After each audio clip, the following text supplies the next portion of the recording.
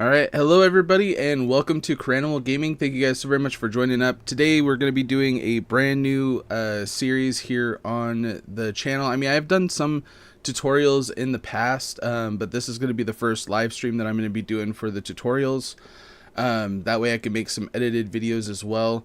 And full disclosure, the reason why I'm doing this is I kind of realized with the first Saturday of the month kind of eating up a large chunk of my time, I kind of didn't have a lot of time to prepare for or to be able to get as many trades as I could to get to be able to have enough to work with on the Cinderella's Castle.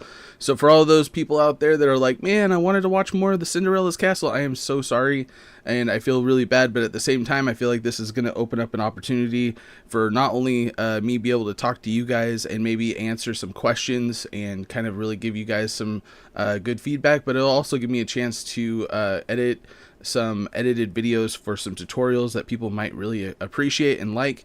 And help them out on their Minecraft world. So I figure if you guys have any suggestions of things that you would like to know or for me to build, I do have some things that I already have planned.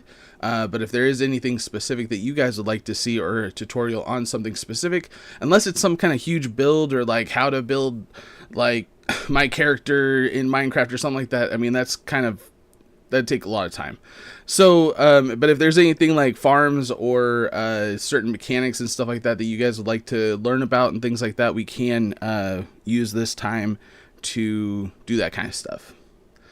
But if you guys do like the video, make sure to drop a like, subscribe if you're new and would like to see more content like this. We will be back again next Monday for some more building of the Cinderella's Castle, so we can continue working on that.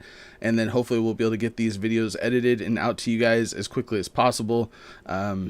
So that way you guys can actually see in more of a, condensed version of whatever it is that we're building today. Hey, Sawbug, how's it going? Hey, Pounds5 fan, how's it going? How's it going? Hey, Speedy Bean. Hey, Devonta. Hey, Travis, how's it going, guys? WUT. Okay, awesome. Thank you. Appreciate it. You were sick today? That sucks. Alright, well, if there's anything specific that you guys would like to learn, other than that, I'm just going to go ahead and start working on the stuff that I basically have planned. Some pretty much like a lot of the basics that a lot of people don't know. We're going to be going over like villager breeding, and of course this is for Bedrock, so if you guys are on Java, it's a little bit different, but kind of similar. I mean, in Java there's some similarities, but this is Bedrock specific, so if that's something that you guys are using, then oh, okay, you changed your name. Okay, gotcha. Do I watch football? I love watching football. I'm not like super into football, like, knowing everybody's names and stuff like that, but I do understand and I do like watching football.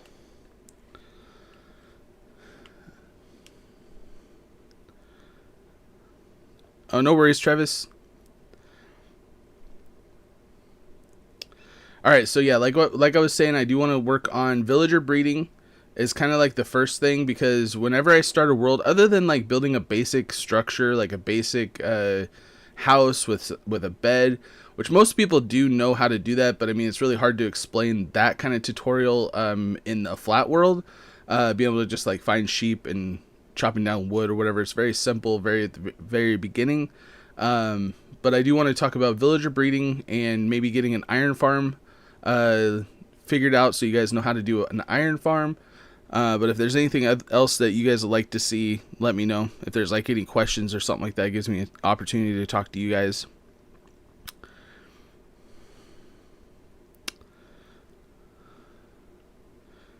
Yes, go birds. What?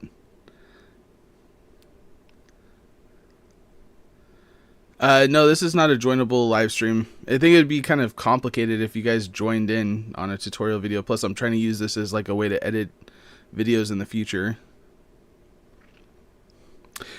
Speaking of, how is the video quality and how is everything coming across on your guys' end? I did get my new cord installed. I upgraded some of the specs on my OBS output. So hopefully the video is coming out very clear. But if there's any issues, let me know. It should be a higher quality, and it should be, it should be a way better video. Hopefully not as much delay as well. So I'm hoping for. But if there's any issues, let me know, so that way I can get your guys' feedback as well. It's all installed. I'm actually really excited. All right, well, I haven't seen anybody specifically ask for anything, so I'm going to go ahead and get started. All right, so for a villager breeder, which is kind of something that you would need before you could do an iron farm, so that's kind of the reason why I wanted to do the villager breeder first. Usually what I try to find in a world is, I mean, you could use lots of different things, but specifically any kind of farm basically will be useful. Me specifically, I do think that carrots are the way to go. Other than that, like possibly wheat. I'm not sure if villagers actually like trade potatoes to eat potatoes to make other villagers, so I don't think that that's going to be the case for what you're going to try to do. So I guess the first thing that you'd want to do is, one, find a village if you're like first starting off. And you know, my daughter knows where all of these things are. Okay, so let's go ahead and grab what we need here real quick. Let's see here. Let's get, where's the villager? I don't do creative very much, so give me some patience a little bit on this, because I gotta figure out where everything is. I figured it would be at the top here. Maybe I thought it was like a brown. There it is. Okay, so let's get some villager eggs there, or spawn eggs. We do need a hoe. Might as well go with netherite because we're on creative. We need a bucket of water. You'd think a bucket of water would be... Yeah, there it is. Okay, bucket of water.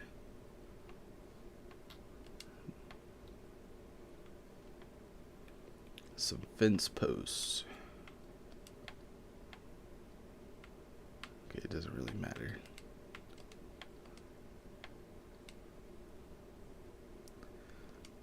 And some beds, actually. We do need some beds. Let's do black, because I like black. Okay. Let's see here.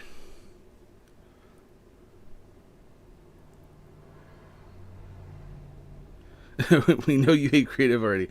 It's just that I get really bored on creative. That's the thing. It's like, hate's kind of a strong word, but I definitely, it does bore me a little bit. Okay, so the first thing that you're going to want to do, I mean, you could try to figure out like where the chunk is, but it doesn't really matter specifically for this kind of build. I mean, if you do have like a rail, like if you turn it into like a farm where it actually collects, here, I'm missing one thing here. I personally like putting like a slab or something, or like a, let's use a stair. Because if you put a stair in here, one, it'll make it so like the water won't go down underneath, but it'll also work for the crop here. And actually, I probably should. Let's see here. Sorry, I'm trying to figure out how to, you know, because I do want to record this a little bit. Let's see here. Let's replace that. Sorry, I'm reading chat here. What football team do I like? I like the Broncos, and the Seahawks are typically the teams I follow the most. If I had to pick one or two. But honestly, I just enjoy good football regardless. Like if it's a really good game, I'm all in. Like the last Super Bowl, I know that maybe this is controversial to say, I wasn't rooting for either of the teams. So for me, it was just a really good game. All right, so to create a villager farm, to create a villager breeder, all you have to do is create a farm, which if you find like a center point of a chunk, you could do that. Other than that, just find a spot, put a water bucket in there with a stair, so that way the water won't go down if you decide to turn this into a collectible farm later on. And then go out, I believe it is 5 in each direction. Let's see here. And then just make a square that goes all the way around. You could make this a little bit smaller if you want to, but I feel like the more farmland, the better. Okay, so it is 4. So cancel that. Go 4 out.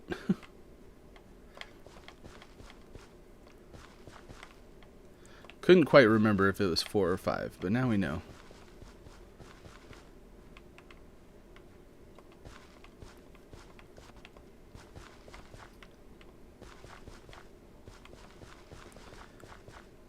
And eventually all of these will turn into water saturated cropland. That's what you're kind of looking for. That's why you need the water in there. And then what you want to do is you want to fence this off so that way your villagers are not going to be able to get out. And sometimes it's ideally like it's better if you actually put this above ground, because that way the villagers will fall into a spot that you would like the villagers to go. But for this purpose, what we're going to do is we're just going to make like a kind of a corral spot for the villagers to find. Actually, I'm going to go down a little bit because it is better if they can't go back into the farm. So let's actually dig this out a little bit.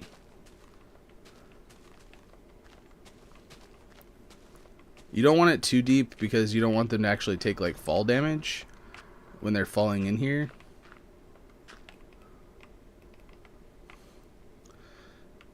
Okay, and then we'll kind of open this up with one spot for them to actually come out. And then if you do some trapdoors right here, it'll be a little bit easier for them to want to walk out. So let's go like that. That way they'll fall right in there. If you're really like worried that they're gonna like walk on the outside of this section to get out or whatever, I mean, you could always block it up with these, or I mean, it needs to be at least 2 high, so I'd just do this, so that way you're guaranteed for them to not come out. Alright, so now that we got kind of the basic section here, now of course they're not going to spawn in here, so I'm going to talk about how to actually get them into these farms. Basically what I just use is a rail system to be able to transport them. So let's go ahead and find some rails. And honestly, all you really need is regular rails and a regular mine cart, so that way you could just transport them. Make it so I mean, you could even, you know, just make it go straight into there like that, and you have your mine cart. Let's see here, you have a villager, kind of just bump them in there, push it in. Now I would wait until you get 2 villagers in here before you actually close it off and remove the mine cart. So you just, you know, wherever the village is that you have out here, you just make sure to get 2 of them, put them in there, and they're good to go. Remove this section, bam, and then just remove those. You're good to go. You could also put in a, you know, gosh man, I'm struggling today. You could also put in a gate to make sure that you guys can actually walk in here. I recommend actually having 2 gates like this, so that way you can come in, close this, just in case the villager tries to escape, which we've seen on the channel before. Alright, now you have 2 villagers in here. Now all you need to do is get whatever crops going that you possibly can, plus you need a composter. And let's see here. Yeah, let's do that. I usually place the composter right at the center, and then I try to put something above here. Let's see if I can actually put this on top of here.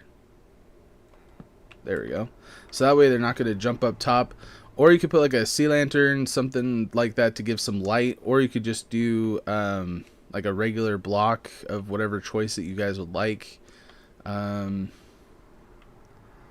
pick something just standard that you guys would probably have early on.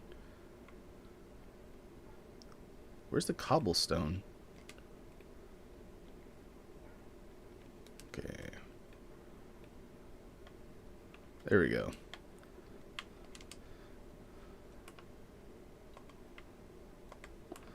And then you could put some torches around it.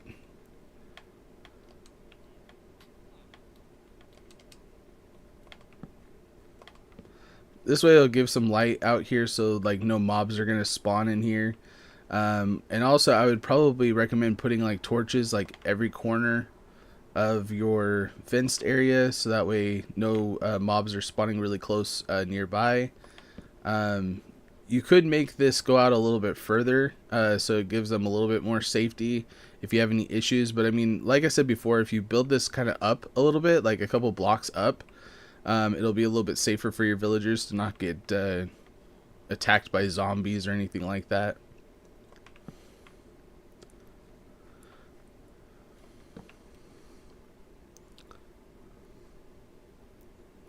What are we talking about here?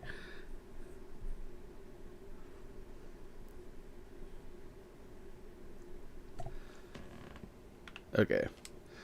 Alright, so now that we got this basic section area done, what we want to do is get our crops put in. Now, of course, on when you're playing your regular survival world, it's going to be a little bit harder to find what you're looking for. Okay. But once you do find it, it's going to be really easy to just replicate it. If you have to, let's just go worst case scenario. You just have to go with regular wheat seeds. That is perfectly fine as well. It just takes a little bit longer for them to reproduce. Carrots, I feel like no matter what, they don't have to turn the wheat into anything to be able to feed each other. Because basically the main ingredients to create more villagers is beds and food. And food has to be something like carrots or bread. They turn this wheat into bread and then eventually feed each other. Now, of course, one of these guys should be linking up to this workstation. I don't know if they have to have a bed specifically before they can. So let's go ahead and actually put the bed out here and see if that changes anything for them to be able to...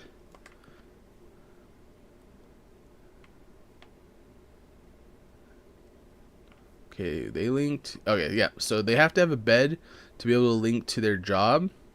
But once they're linked to their job, then they can actually start working in this area here. You need at least more than the amount of villagers when it comes to beds. Like, you need more beds than the amount of villagers that you have to be able to breed more villagers. So for this case, let's see here, we want to do like, let's say we want to do like 3 more villagers. We put a couple extra beds out here. That way they know that they can actually produce more villagers and get working on that. So the next stage is we just have to wait around. If you have bone meal, you could definitely use bone meal to try to speed this process up. But for time's sake, what I'm going to do is I'm going to just go ahead and give a whole bunch of bread to this villager. Let's grab this. And let's just, okay. Let's just drop that. He made a whole bunch of bread from the seeds or the wheat that he collected. Now he's going to give the bread to his other villager over here. Maybe because I'm like looking at him, he's not doing anything. I don't know. But he should come over here and try to give that guy bread. Maybe.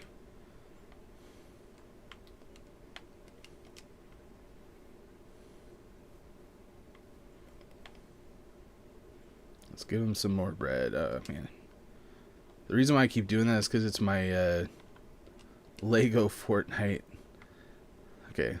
There we go. You gave the villager some bread. Now they have the little heart particle deals.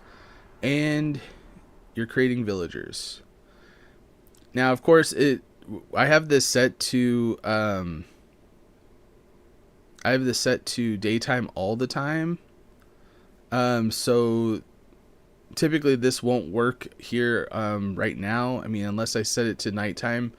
But basically, when it goes to the nighttime cycle, that villager right there, that baby villager, is going to try to get to the bed. And some baby villagers just like to jump on beds, so they'll try to go through there anyway. Or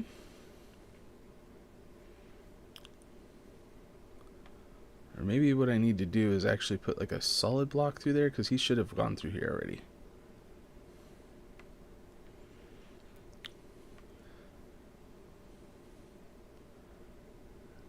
Let me see here if I can...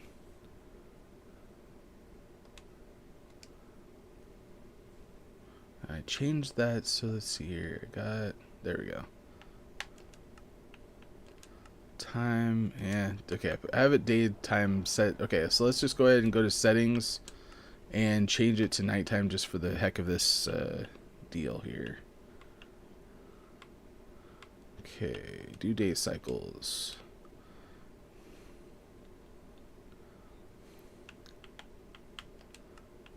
Time. Night. Okay, so the baby villagers, they want to get to these beds. They can't get to them. Hopefully, well, I guess if you maybe put the beds a little bit closer to over here, maybe they'll try to get to them a little bit better. Or maybe it's this fence post that's the issue.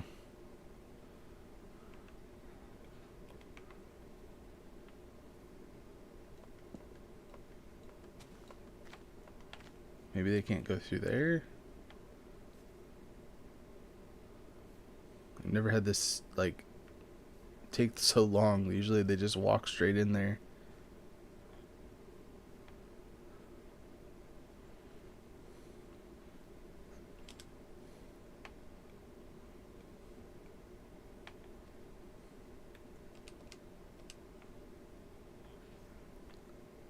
Maybe it's because I'm staring at him? I don't know.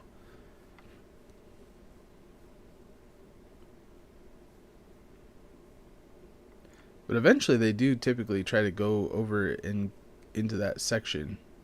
You could make it a little bit bigger, I suppose. Let's try to take this out.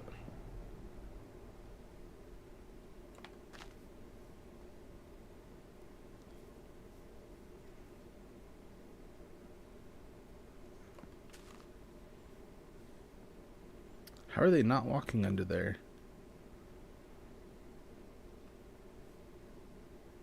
Did they change something recently? Like, I swear... Oh, there we go.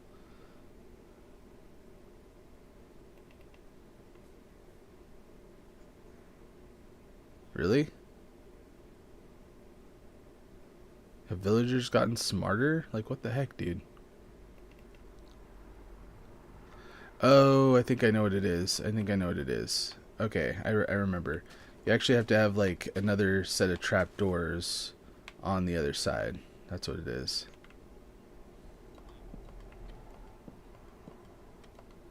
Yep, there it is.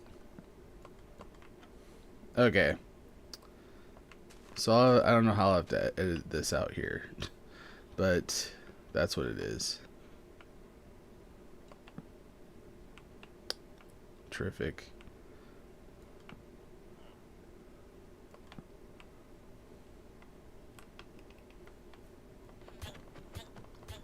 I'm gonna start this over here to see if it actually works with the main section here.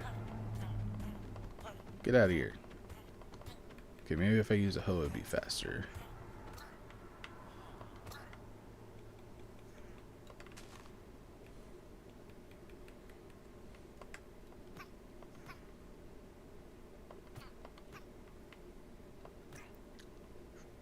Sorry, baby villagers.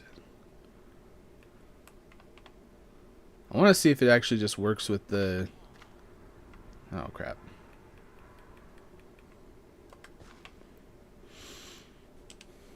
With the fence post like I had it before, because I'm pretty sure it's supposed to.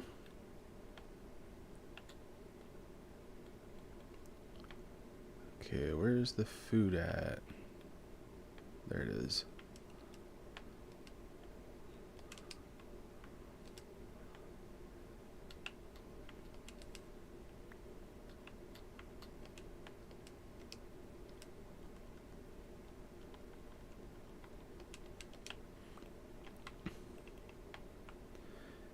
Okay, let's see if they make some more babies here.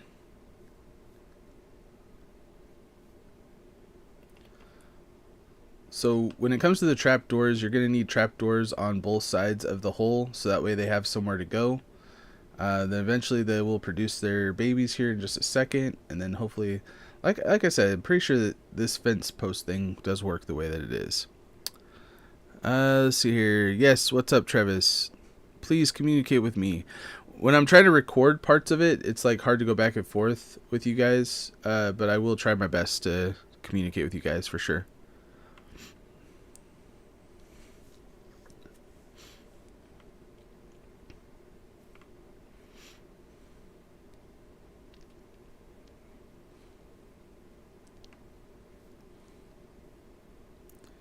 Come on, stop looking at me.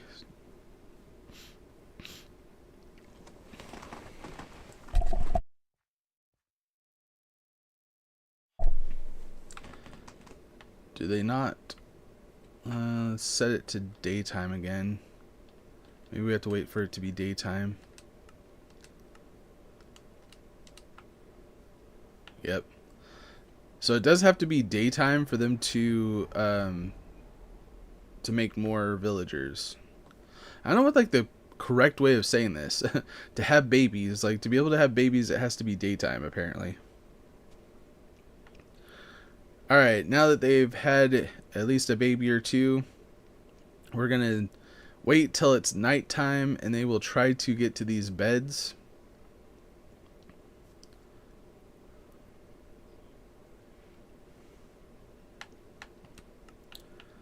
Okay, time. Nighttime. Okay, so now that it's nighttime, they will try to rush to their beds here.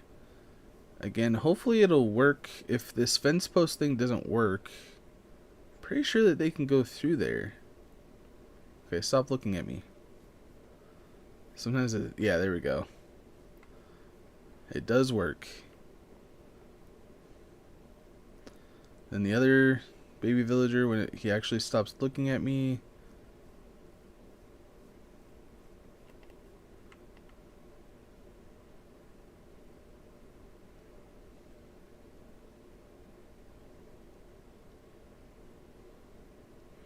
Come on, try to get to the bed. You can do it.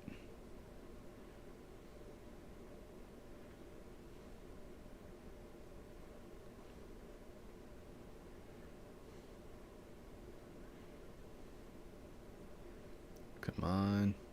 Sometimes this does take a long time.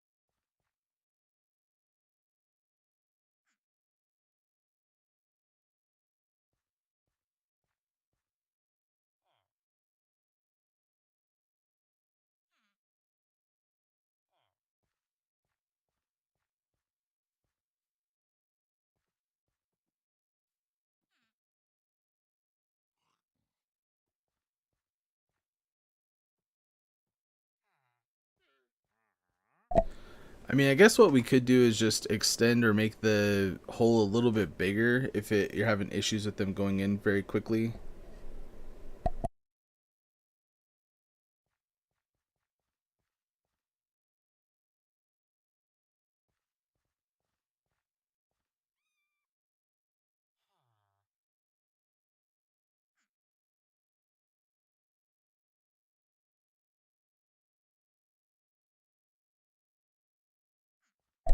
Alright, the stream does not look choppy to me, so I mean, you guys could change the quality up to 1080p now, if that's what you guys would like to see. But let's go ahead and extend this. Let's see if we can actually get this villager to come through here. I mean, we got the one. Just kind of surprised that we can't get this other guy to come through here.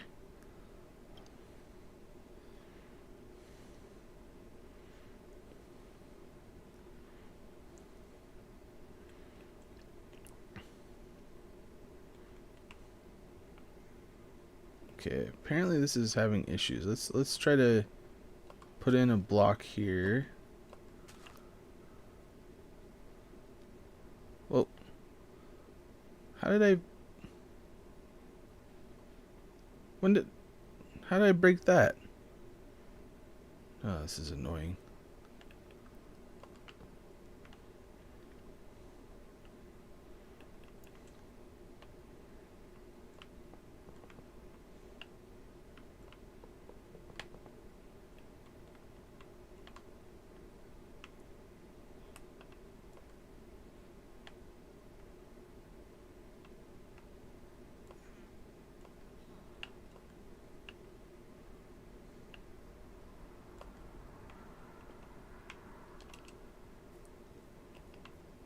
Get out of here. Ah, that's not what I wanted to do.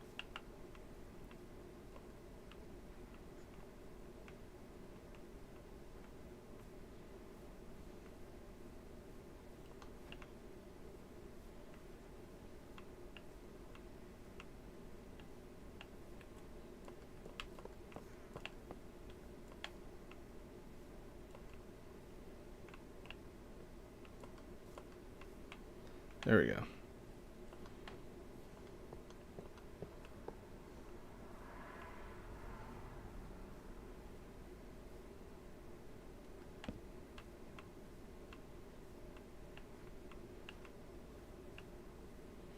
So I want to make sure that we have some actual success here with this. This shouldn't take this long, just so you guys know. Pretty simple farm. Or a simple thing to create here. Villager breeder. Get back in there.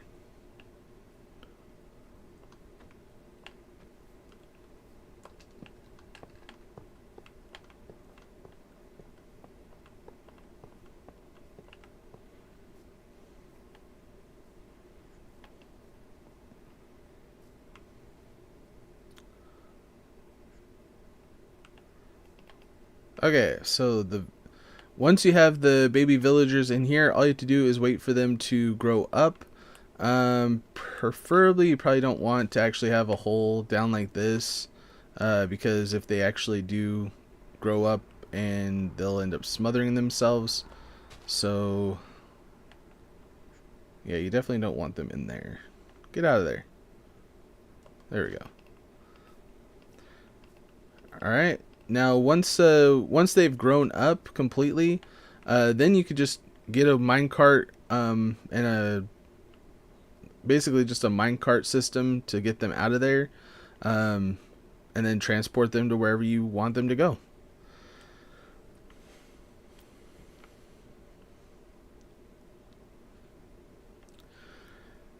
Alright, so the next thing that you would want to do, basically you just need this villager breeder to be able to get all your villagers that you're going to need for the Bedrock iron farm.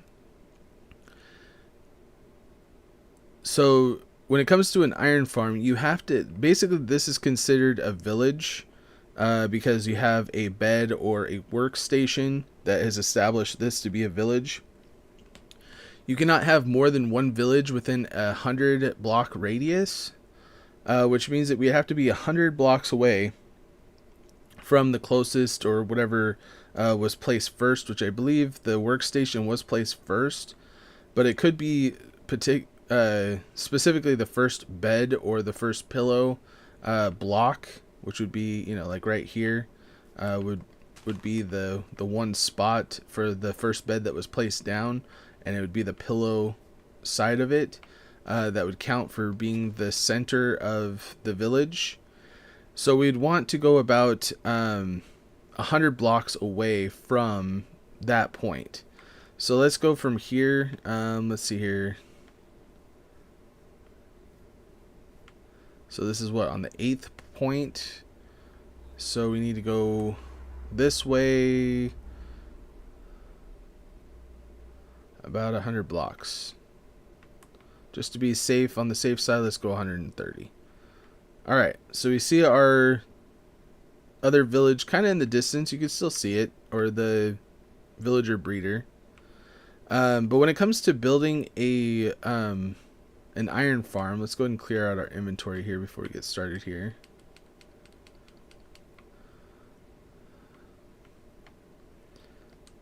Okay, I think we're going to still need our villagers. No, we don't need that. Remove.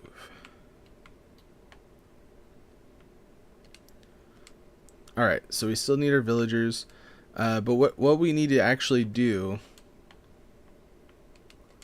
when it comes to building a iron farm is you want it to be centered on a chunk. The best way that I know how to find a chunk is by using leaves and placing basically like a long line of leaves like this. It needs to be more than 16 leaves apart, and then kind of making like kind of a square, or not a square, making an X. Did I say that weird? I know when I go back to edit these, it's gonna be like, oh my gosh, dude, I sound so weird. All right, so what you're gonna want to do is make a X with the leaves like this. It needs to be at least 16 blocks long, so it'll definitely show us where the chunks are gonna be. And then what you're gonna want to do is change your settings in here to your video. Go to your video and go down to where it says fancy leaves right here, and then you want to turn it off. And then you go back and see how it has everything's been turned off. Maybe they've changed this. Hopefully they didn't change this.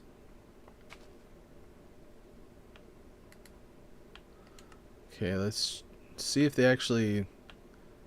Why do they have to change things at work? You know what I mean? Okay. This might not actually work anymore. Why do they have to fix things sometimes?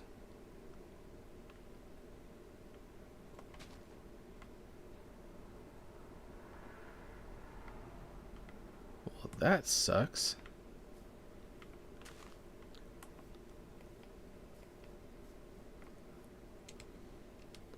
Well, that kind of makes it hard for me to do this now.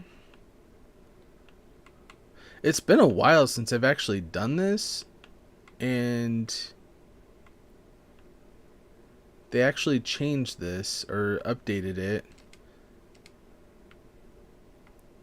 and now you can't do it. Wow. Well, that kind of sucks. Because before it was like, whenever you changed it, it would actually like only change to a certain chunk, and then you'd have to reset it or whatever. Wow. Okay, well.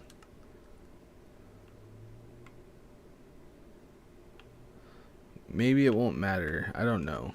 I just know it does work a little bit better whenever you're at dead center in a chunk.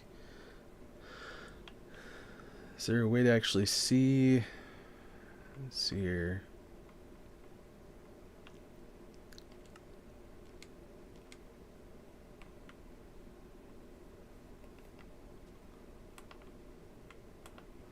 It might work in... Maybe because it's a flat world that it doesn't have that issue? I don't know. Now I'm almost like wanting to go into a regular world and see what changes. Man. Okay, we'll scrap this, I guess. This used to be the main method of trying to find a chunk when it comes to like survival. I'm gonna have to go into survival now and figure that out and see if it actually works later on. Hey Izzy, how's it going?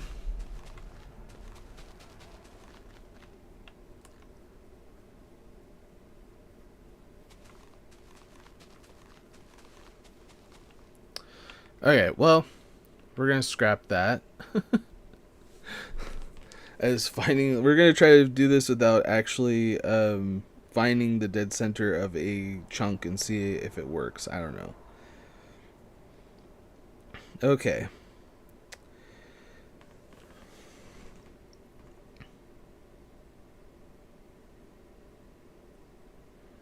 Now I lost my spot. Where's that?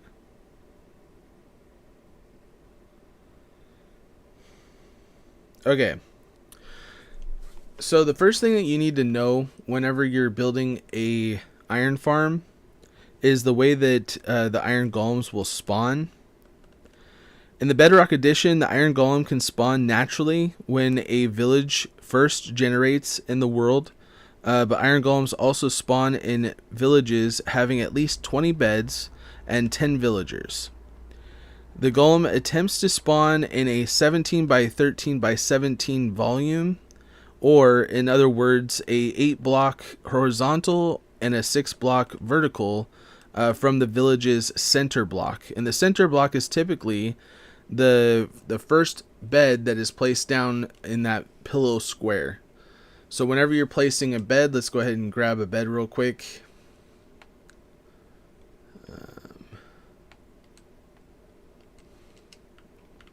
So the first time you place a bed, it's going to be this spot right here. That's going to be the dead center of the village. It's whatever bed is placed first, or bell. I think a bell can work, but it has to be placed first. But typically you're going to just want to use beds because they're a little bit easier to find and to craft. I'm doing good.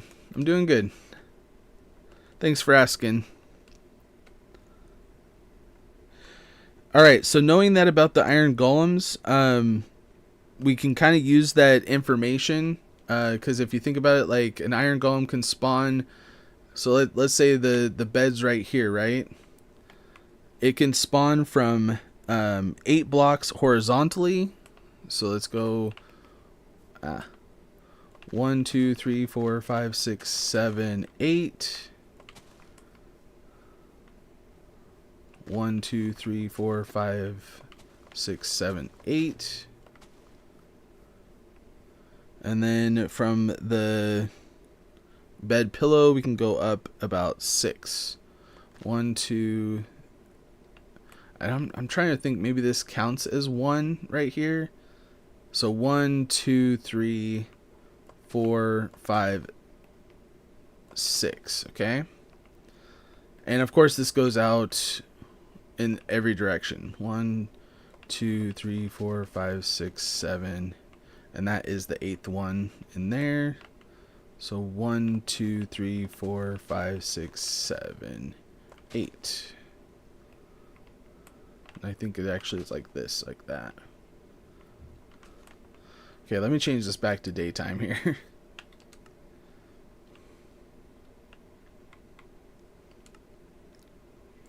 Hey, Travis is back.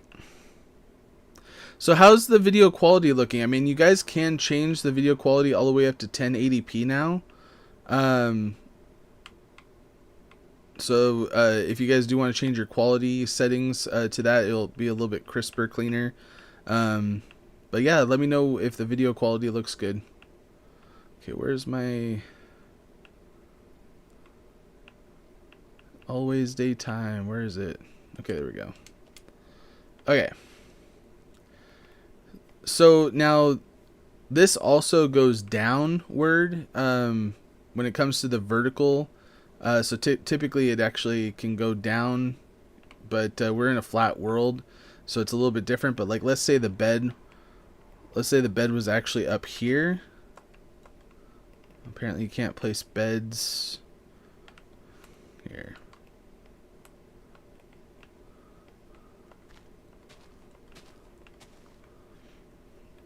Let's say the bed is actually placed up here.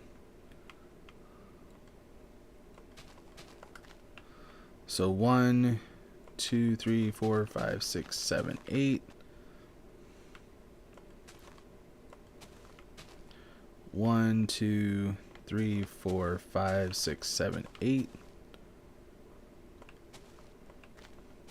1, 2, 3, 4, 5, 6, 7, 8. Then 1, 2, 3, 4, 5, 6, 7, 8. We'll remove this.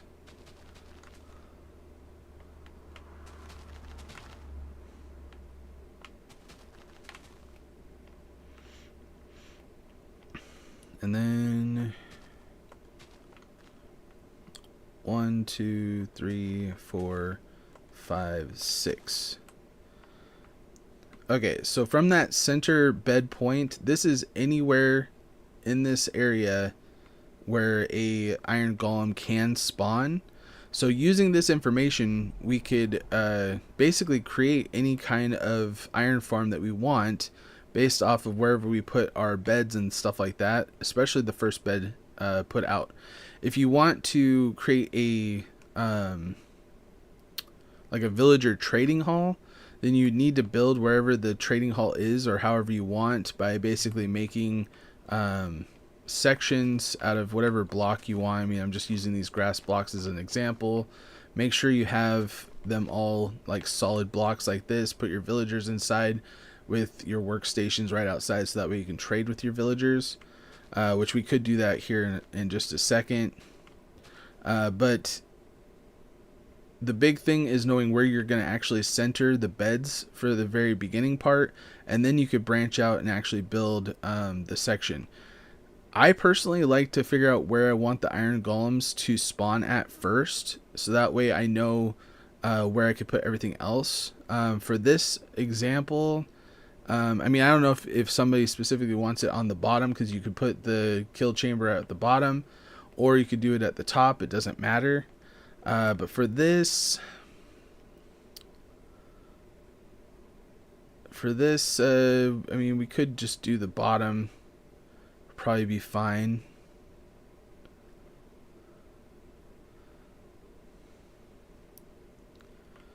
Yeah, let's go ahead and do the bottom.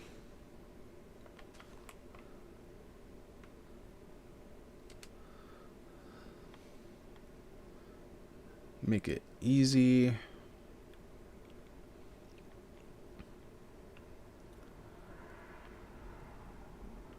Let's pick, there we go. Just pick cobblestone. Okay. So I'm going to use a piece of cobblestone just to kind of mark the lowest level of which they're going to spawn. They cannot spawn here on this bottom section, so we shouldn't have any issues with them spawning on the ground out here when we build this kill chamber. What we're going to do is create a platform for them to spawn on, and then it'll eventually take us to our, basically like our kill chamber or a collection area where they can actually come through. So I'm gonna go ahead and just build it out. I mean, you could be creative with this and use water to basically manipulate where you want them to go. For here, I'm just gonna make this really simple. You could make this out of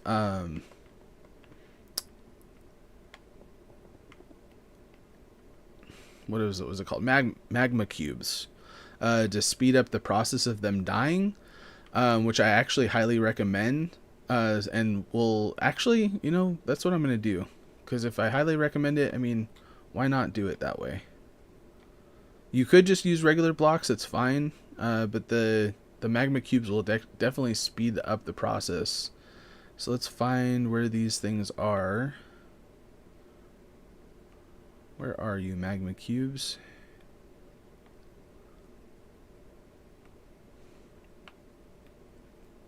Magma cubes, where are you?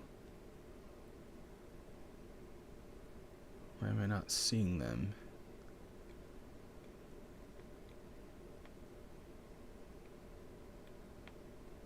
You'd think it'd be like in this section. Am I not seeing it? Oh, it's right here. Okay. So for this sake, actually, you know, I'm gonna actually make this out of magma cubes, because why not?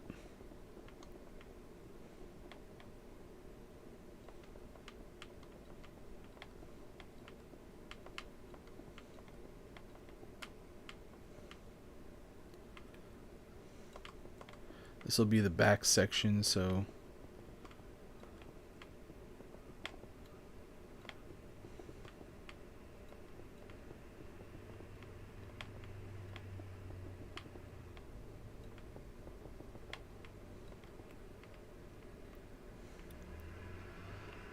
so 1, 2, 3, 4, 5, 6, 7, and 8. They should be able to spawn on these magma cubes. They should be able to. Now what we're going to do is we're going to make this at least 2 high.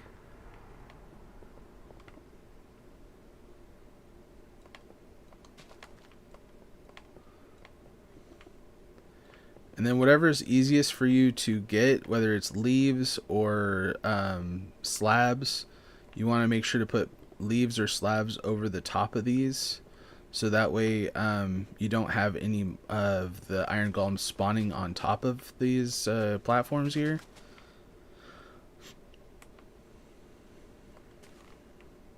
You know, when you put it on always day and then it starts raining, jeez.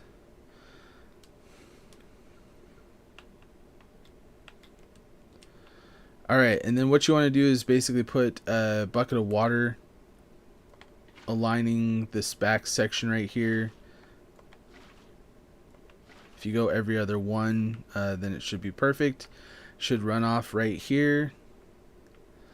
A couple different things that you could do in this situation is you could put a whole bunch of hoppers right here to collect it, and then just let the iron golems die to these magma cubes. Could easily be something that you could do. You could also set up a lava section right here above to make it go a little bit faster. But I don't know, it is a little bit harder. Let me see here. Think.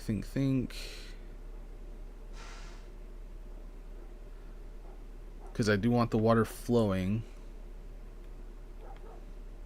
I don't know, this isn't exactly how I usually make my iron farms. This is just kind of like a simplified version of it.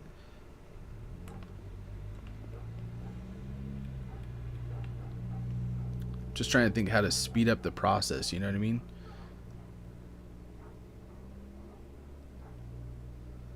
Yeah, we'll do this.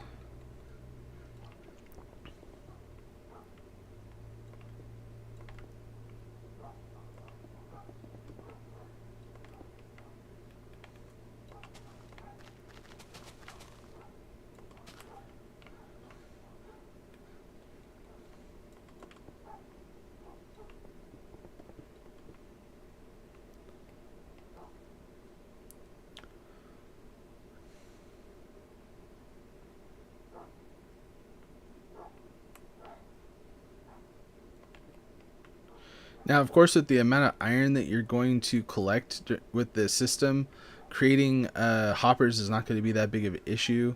So, I mean, it pays to be able to actually use hoppers to collect your items. So in my tutorial here, I'm going to say that it'd be a good idea to just grab a whole bunch of hoppers and just line this section right here. That way it'll collect all the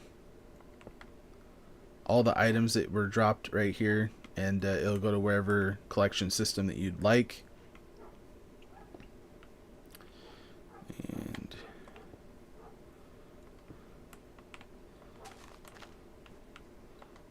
let's just do this for now.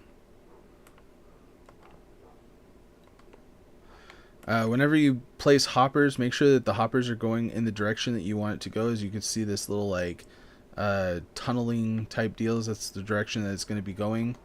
That way it's easier for you to find where your items are going to be collected from.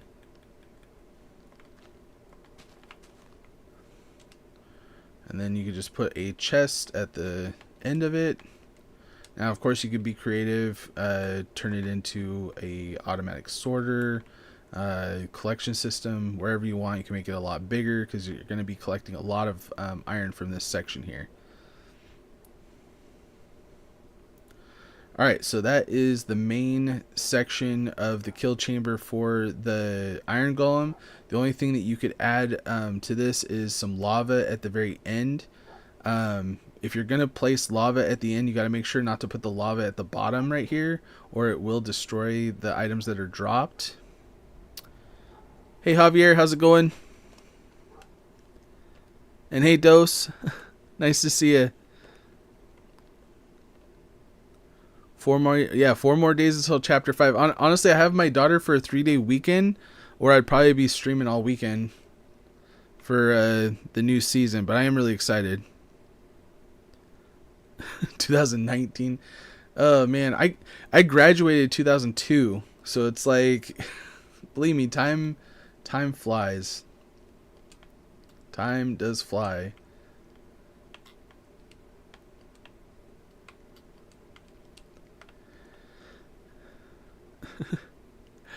Alright, so if you guys would like to do lava as an extra way of eliminating the iron golems a lot faster, you want to make sure to place some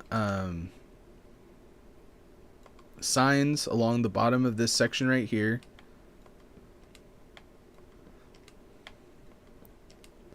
This will speed up the process of your iron golems dying.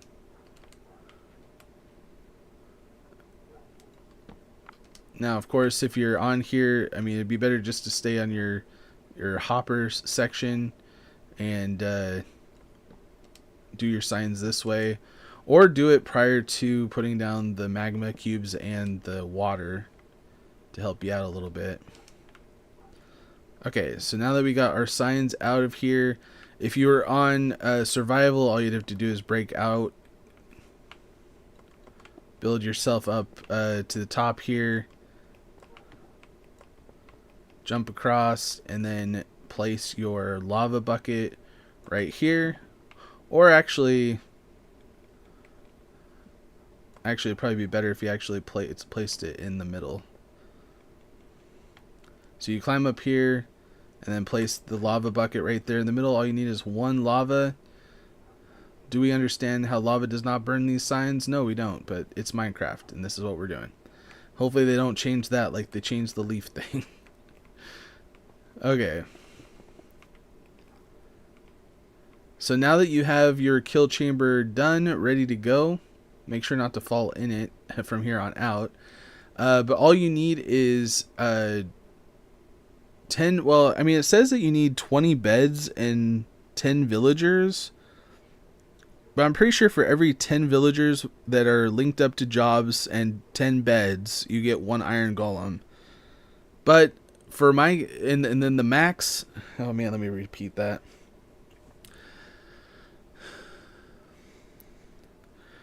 So whenever you're building an iron farm, for every 10 villagers and 10 beds that you have, you can spawn 1 iron golem.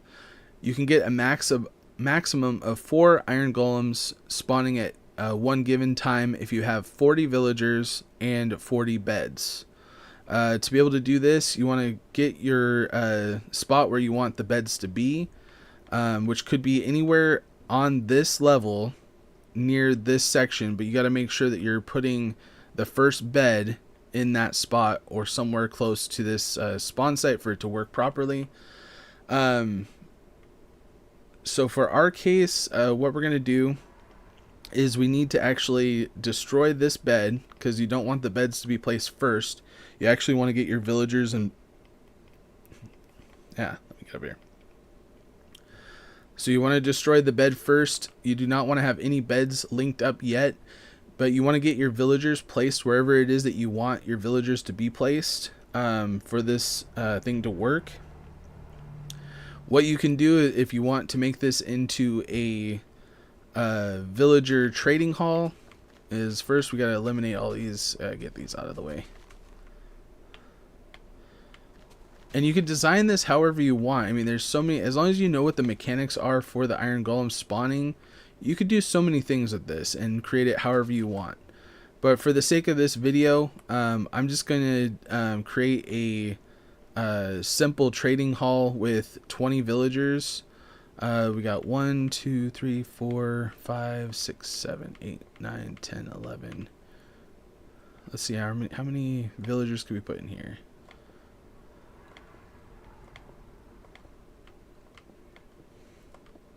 Okay, so for this section we could put 1, 2, 3, 4, 5.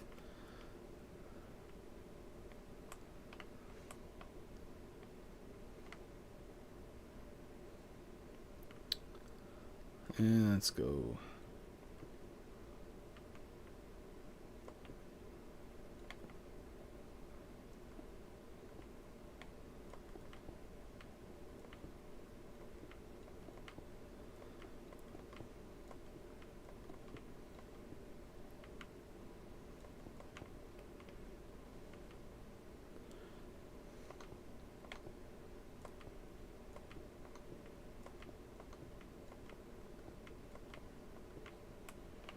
Let's do that.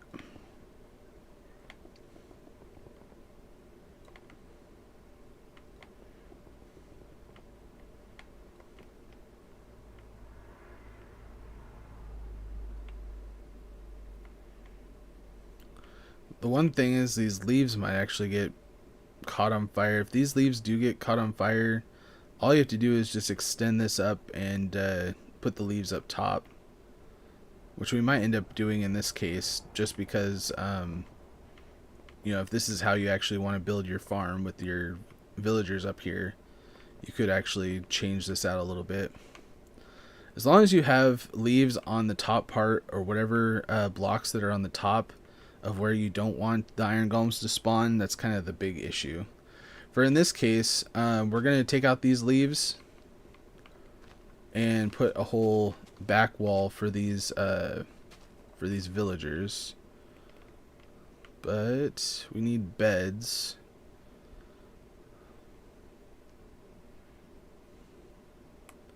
So I'm trying to think where we want to put these beds.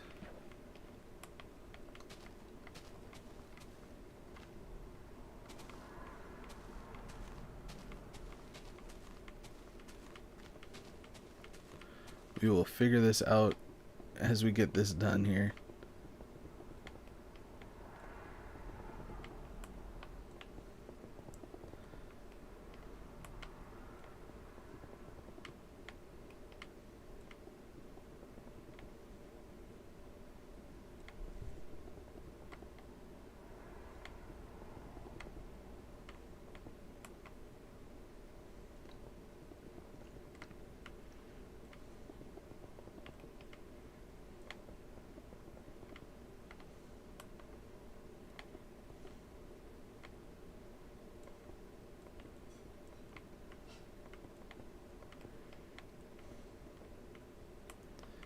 Okay, I'm going to leave that there.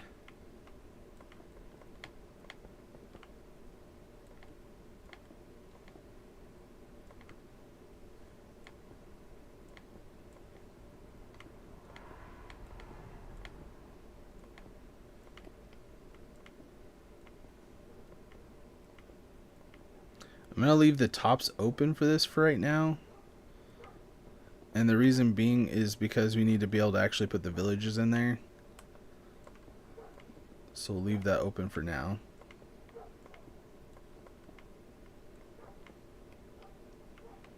So this is 1, 2, 3, 4, 5, 6, 7, 8, 9, 10, 11, 12, 13, 14, 15, 16, 17, 18, 19, 20. I kind of want to leave this open on this side right here actually for the beds. So let's take this out. I don't know. Hopefully I can edit this to make it look a lot better than this that I'm doing right here, but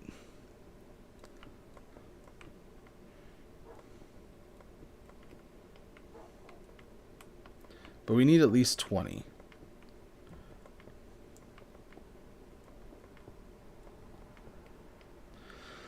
All right, so that's 1, 2, 3, 4, 5, 6, 7, 8, 9, 10, 11, 12, 13, 14, 15, 16, 17,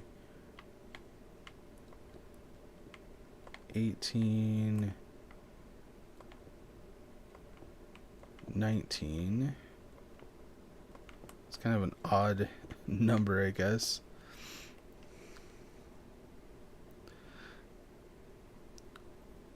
I know, I'm still working on the short. It's, yeah. To answer your question, Hex, I am working on it. I'll probably get it out tomorrow. I was really busy over this weekend, so I do apologize. Okay, so we need at least one more. I don't know. I do like things being a little bit symmetrical, so I'm sorry that this one's not going to be.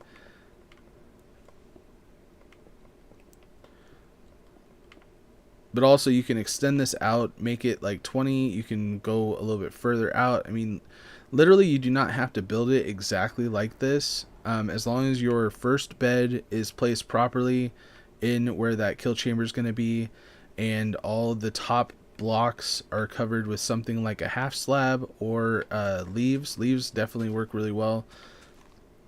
Half slabs might be a little bit cheaper, but I mean, if you can get a hoe, I mean, even if you build a wooden hoe or a couple wooden hoes and get some leaves, it'd be super easy. Or I guess actually you need silk touch. No, what you would want to do is get some shears. Shears is what you need. I keep thinking, like, man, I use silk touch so much that I think it's like a standard. So whatever works best for you, though, between half slabs or leaves. But I'm going to use leaves for this this thing here. All right, so now that we have at least something that kind of looks like this, I mean, again, it doesn't have to look exactly like this. Use your imagination when it comes to building out whatever. I mean, there's so many different iron farms that I've created. You could check out my iron farm on my main world that I've been doing the Cinderella Castle on. I mean, I built it into a prison. You know, you could be really creative. You could do a whole bunch of different things. And I could probably put some other pictures of some other iron farms that I've had along the way here on the screen for you guys for the edited video anyway. Alright, so now that we have this kind of section built out, what we want to do is actually put in our villagers. But what I would recommend, if you have access to glass, glass would be an ideal thing to use for this, or you can use something else, whatever you have to keep your villagers in place. But for this, I'm going to use glass because we're in creative, so why not use glass? If I can find it. Glass, where are you? There you are. Okay. And the reason why I'm using glass is so we can actually see the villagers, because we have to link their job sites to them.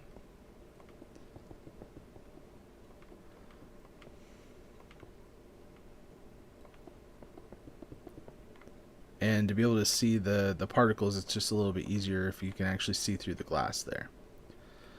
Alright, so now we need a villager. Now all you have to do is transport the villagers in here using a minecart system. As long as they're not standing in the minecart, because you do not want them in the minecart because they can't access their work site when they are in a minecart, so don't leave them in the minecarts.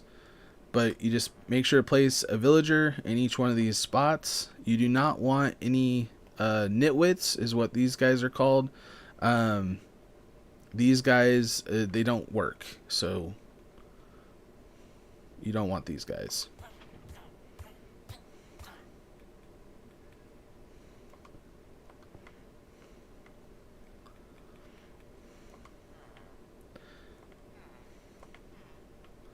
And you don't necessarily want baby villagers either. I mean, you can transport them as babies into here, but then at the same time, you're basically transporting possible nitwits, you know, so you don't want to transport baby villagers in here. Okay.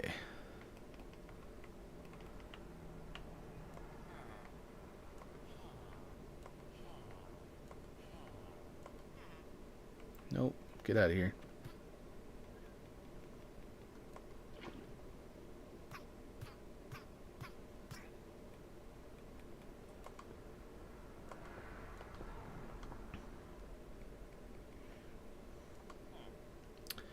Dang it. Get out of here, nitwit. There we go.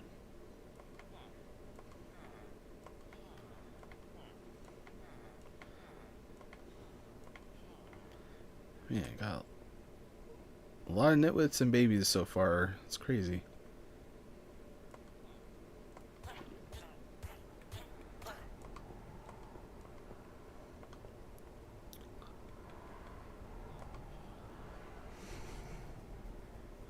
Alright, so now that you have villagers in every single spot that we have, again, you can extend this out to be as many as 40 villagers if you would like higher rates of iron golem spawns. But once we have these guys in, now it's the time to place your beds. So again, the center point of the spot where we want the pillow to be would be somewhere right around here, so you have actually, you know, the possibility of it spawning all the way at the end here. So what I'm going to do is place my first bed here, and then we can start placing beds man.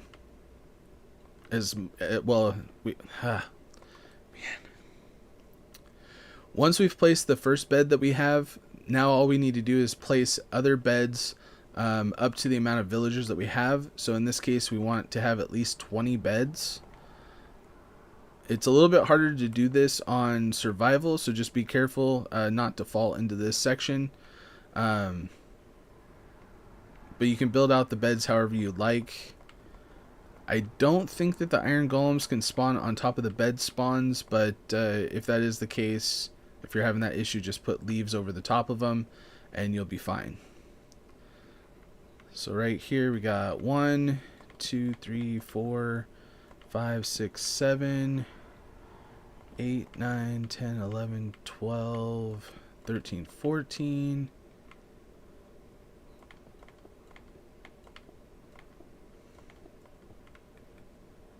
15, 16. Yeah.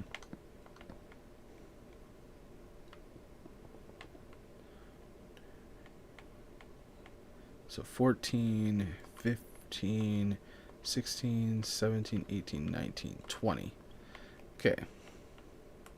You could also remove these blocks underneath if you want to. They do not need to actually have blocks underneath them.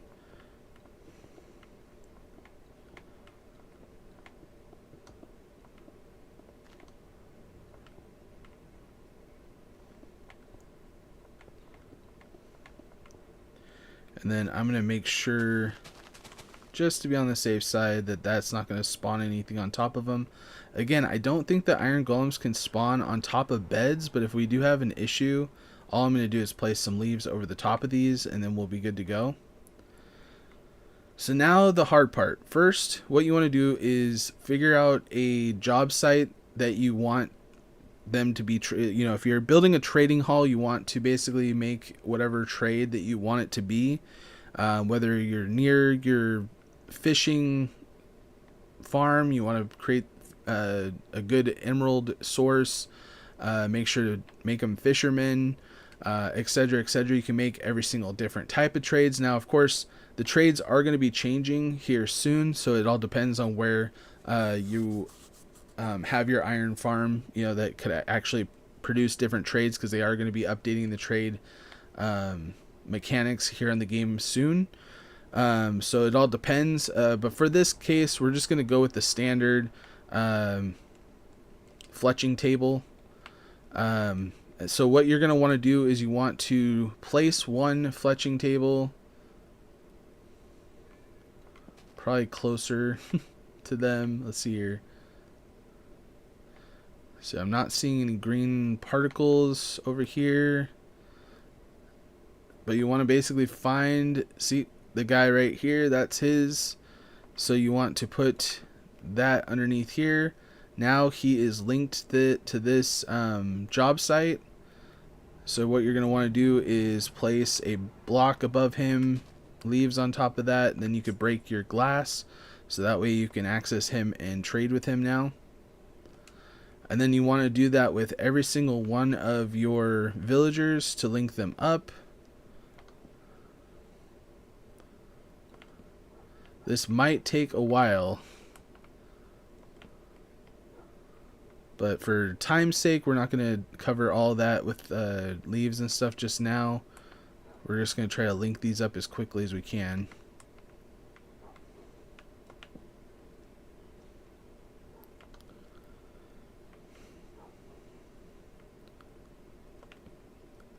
The new season of Rocket League is already tomorrow? Oh, that sucks. I mean, it's cool that I'll be able to get some more stuff, but I had some stuff that I wanted to earn. I don't know, I might have to play some Rocket League later. Try to get as many challenges and stuff done as I can.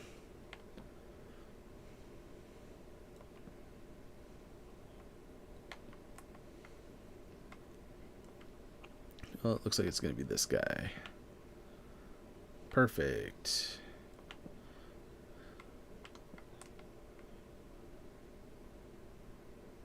I think it's this guy. Yep. Okay. None of these. That guy.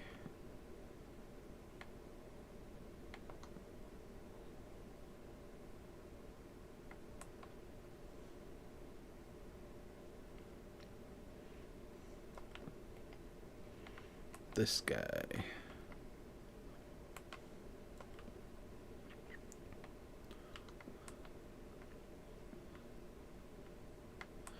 This is kind of time consuming. Am I gonna read your messages? Yes. Sorry, I am trying to record for edited videos, so like there's parts of the video that I have to like basically focus on what I'm saying. So it makes it a little less where's this guy? Where's this other guy? But yes, I do want to read your messages. What did I miss? Do I like drawing? You know, you're talking to Hex right there.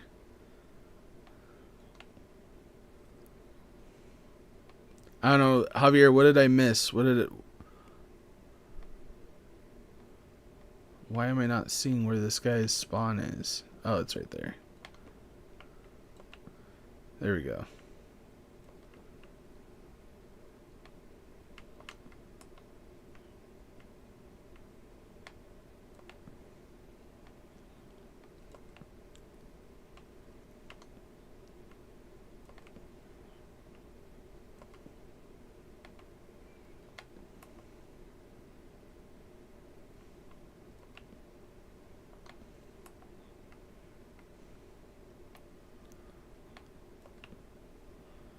Okay.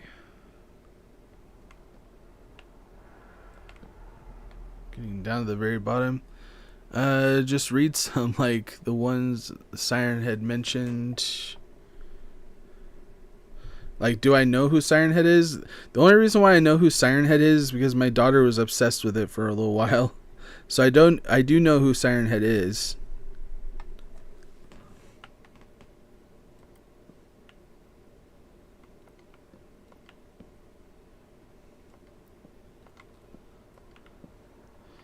Okay, this whole side's done. Must be the last guy on this side. Perfect.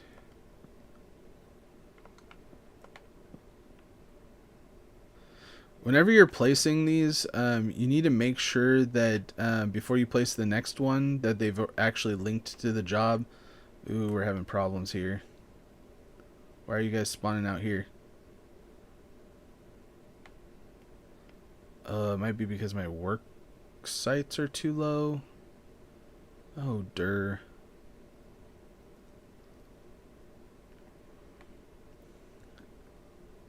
I should have went up a little bit higher. Dang it. That makes me mad.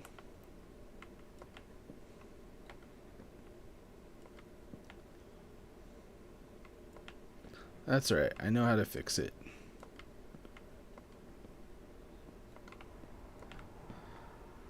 Alright. So in this case, we have iron golems spawning. Apparently, I don't know if it's the work sites that are too low or what it was, but you can definitely go a little bit higher, I suppose. But for this case, we're just going to place a whole bunch of leaves so I don't have to rebuild this like one block higher.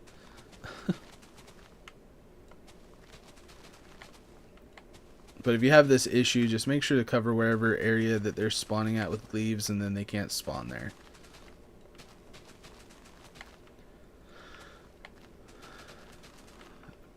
And again, I don't know if it has to do with the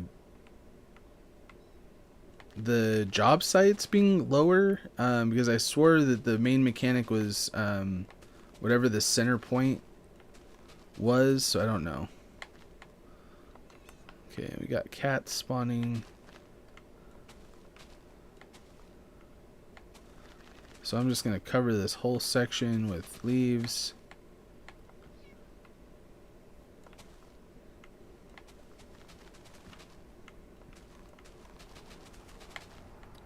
Now, of course, if you just build it high enough, you're not going to have this issue. Hey, Logo, how's it going?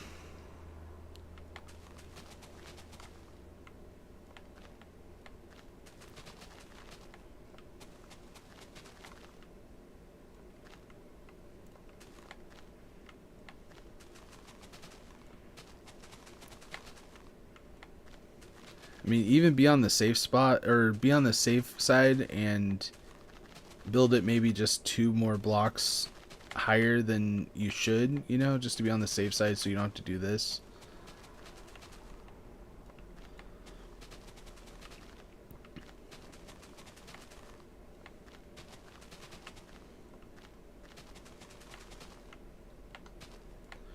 I mean, the fact that we do have iron golems spawning is kind of a good sign.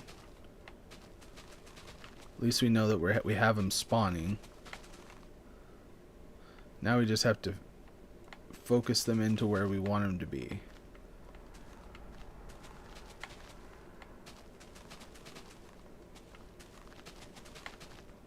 Another thing you could do is just dig it out if you don't want to place a whole bunch of leaves or whatever. But like I said, just be on the safe side and put it a little bit higher. And if you have the kill chamber above where the beds are, then that will probably be a little less of an issue, as long as you don't have any blocks below that they can spawn on. Okay, take those out. I don't think that they can spawn right there, but let's be on the safe side here.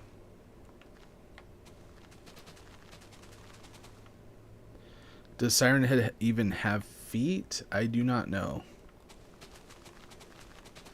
I mean, maybe not feet, but legs? I don't know that much about Siren Head.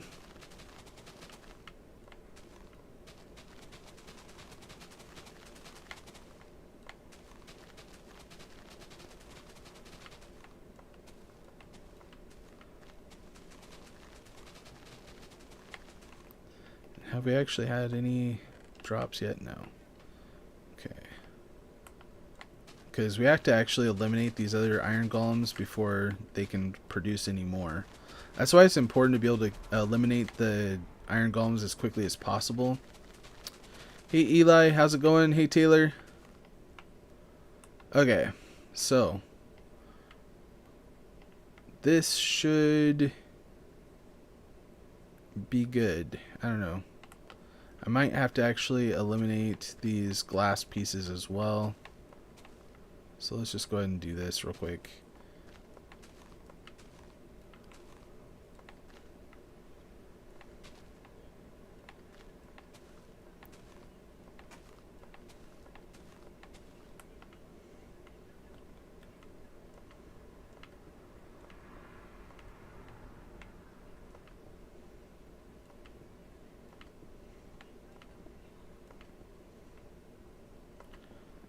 Because I think that they can still spawn on top of glass. You don't want these guys to be able to get out. And they might be able to spawn on top of... Oh, crap.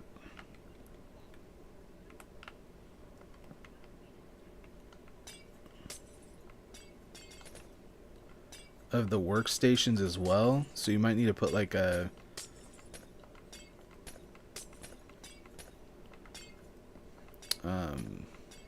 trap door or something like that on top of them.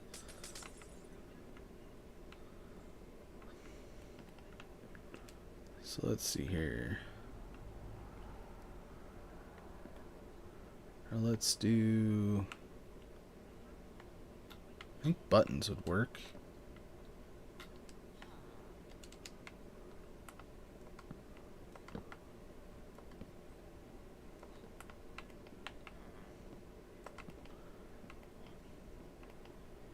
Get out of here.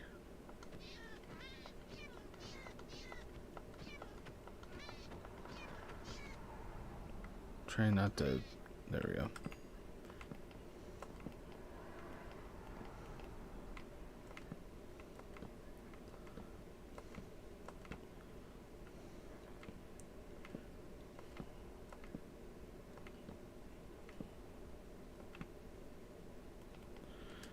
Alright, so let's grab a sword and take out these iron golems.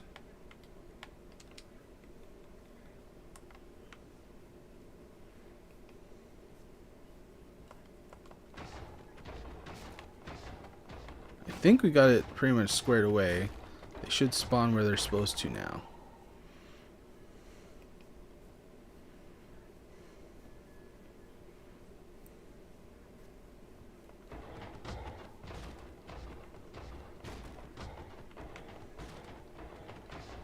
Now, of course, don't do that in survival because you will probably die.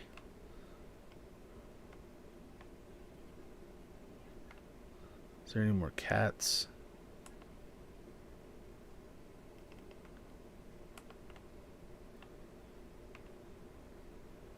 The moment of truth. They should spawn in this section right here.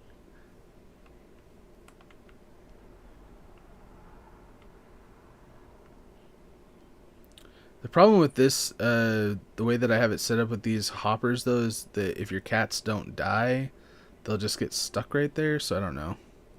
Might be an issue with the cats.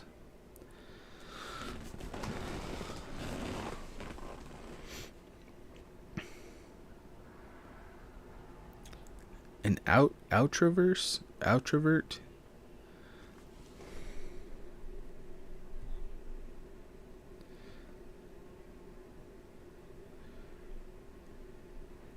What makes you think that you're an introvert? Why is this not working? We don't have any iron golems spawning anywhere else, right?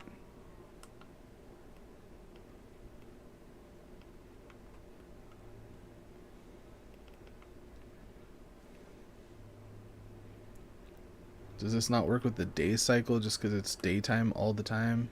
I don't know.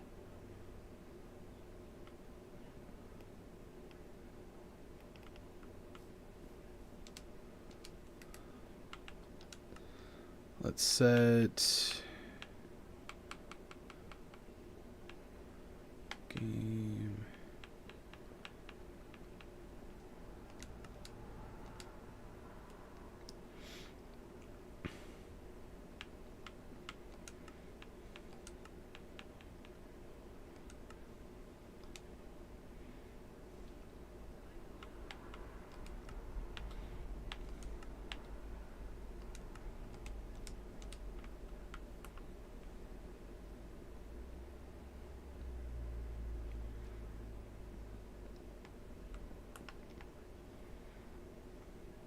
Pretty sure that they can spawn on top of magma cubes. If that's not the case, I mean, maybe they can't spawn on magma cubes? I don't know.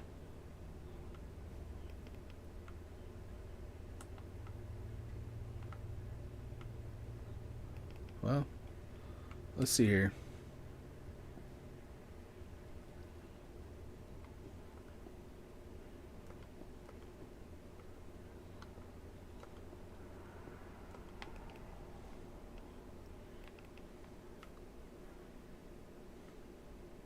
If they only spawn in that one section, then we know.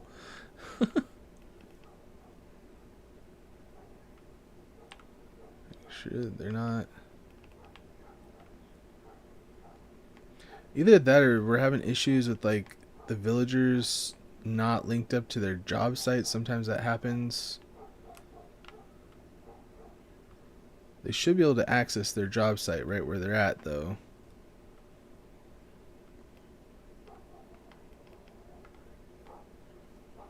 Why the heck is this not working?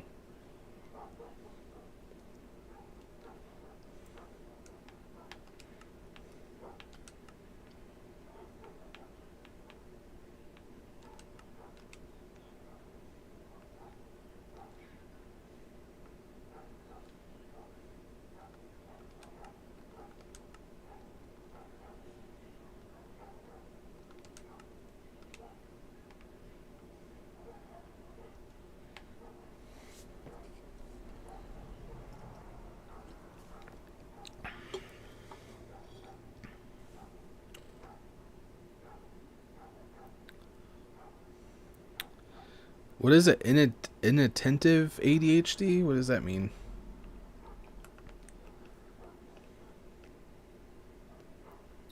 Why is this not working? This should definitely be working though.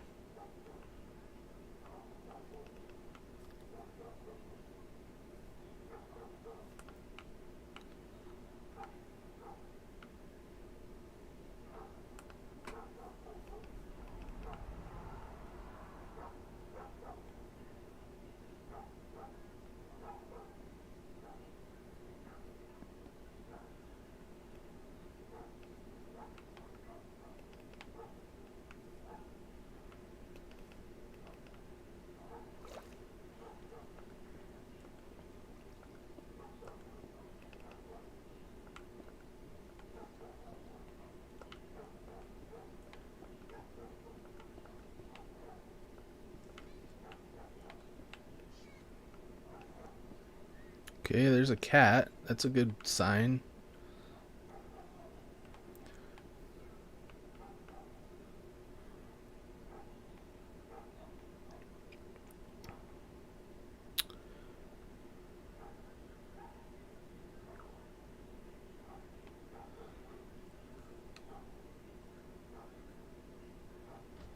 Yes, there we go.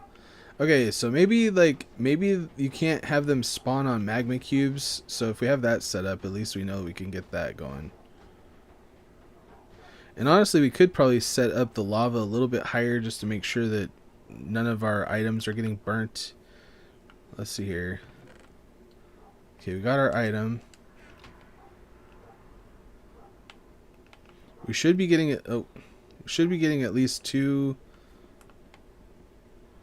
iron golems. I mean, it should be starting to go pretty quickly now.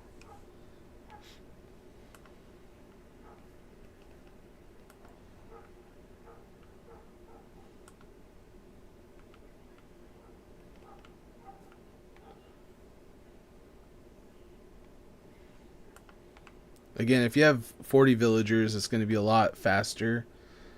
But I mean, over time, I mean, you're going to get so much iron. Could extend this out and make it a little bit bigger, maybe, to increase the spawn rate, maybe? I don't know. You'd think it wouldn't be that hard to spawn them in, though.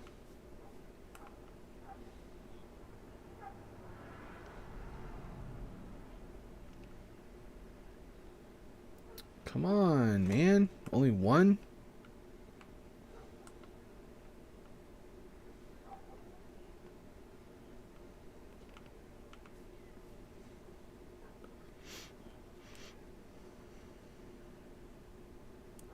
Course name is Matthew. What?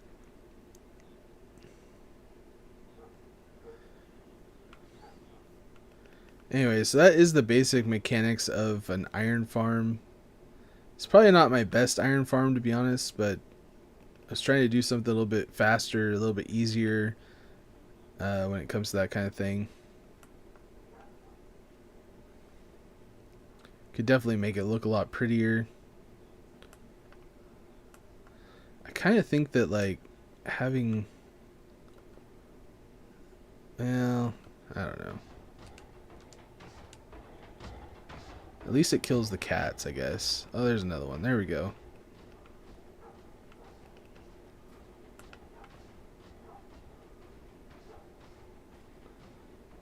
As long as you're not losing any of your like rates for the iron.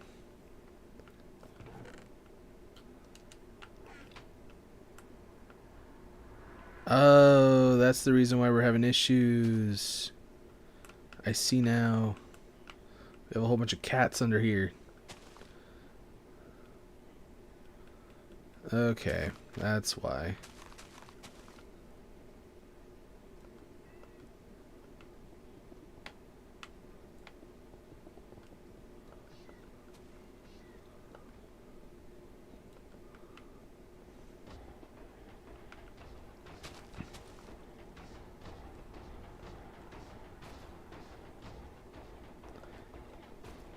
Because cats will actually affect your spawn rate. That's why you need to make sure that your cats are actually dying as well. And again, to those that are cat lovers, it's nothing personal against cats. It's just that's part of the mechanics of the game.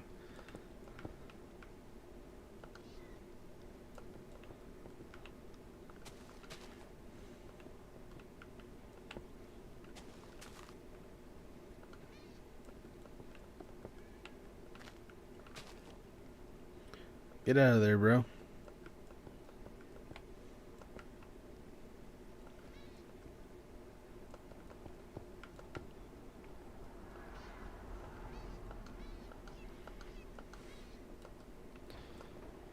So if you actually own a lot of cats, like in your world, you want to make sure that they're not near your iron farm because they can actually affect the spawn rate.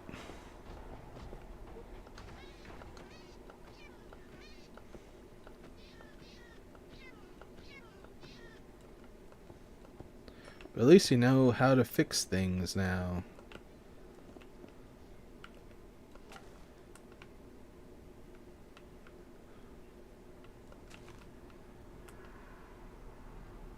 That's a chicken. Where's our cats here?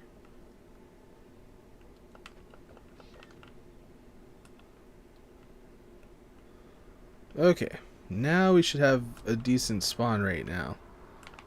Unless there's more cats that I missed.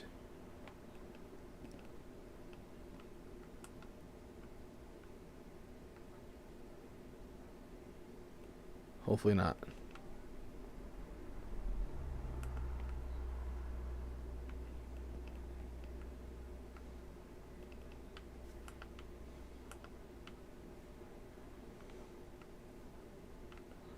If we had any more...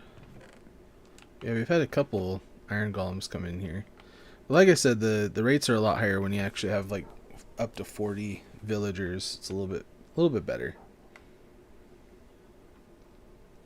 And you can make your trading hall, like let's say, you know, you have your platform right here where you're walking on. You could have them like right next to each other, or like across from the hall or something.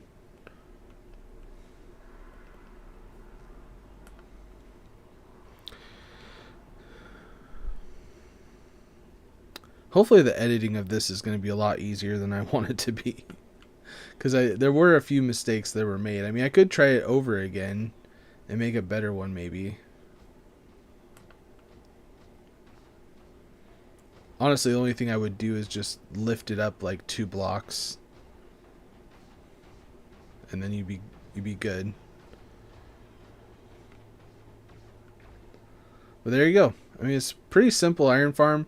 Again, when you're playing in survival, it is a lot more complicated than it looks when it comes to this, because you're dealing with having to collect the villagers and then moving them over to wherever it is that you need.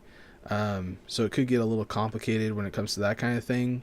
But if you make your villager breeder like really close by, I mean, 100 blocks is not that much. Yeah, you're gonna have to go and mine yourself some iron to get this whole process started, but it'll be worth it in the long run. It'll definitely be worth it. This is probably one of the first farms that I typically try to get, because one, you're going to be able to make unlimited iron tools, unlimited iron armor, a whole bunch of hoppers if you need hoppers. It's just one of those farms that's going to be really good to have in your base or close to your base. Plus, I mean, you can use string for so many things. I mean, the flowers, and honestly, I mean, you could actually make a trading hall with shepherds and trade the dye back to the shepherds, which could be a really good source of emeralds, especially if it's like pink or red. Sometimes you have to eliminate and get new ones or whatever to try to get those specific trades, but hey, it works. Hey, Bosun, how's it going? Oh, you're picking up groceries, huh? The chat died. No, I know it's kind of one of those things. Today is kind of something new. You know, I knew it was not going to be absolutely perfect. Again, I would like to see if there's people out there that actually have tutorials on things that they would like to know about, so that way I can make videos that people are really wanting to see. So if you guys do have any tutorials that you guys would like to see me to make, or you know, to work on, we could definitely do that. I specifically try to look into like doing redstone or farms of some kind is kind of what I want to focus this first Monday of the month Minecraft stream on. And that way we can kind of work on things and communicate together and stuff like that. Thanks. We all needed the coordinates of the Statue of Liberty. Thank you. Hey Jacob, how's it going?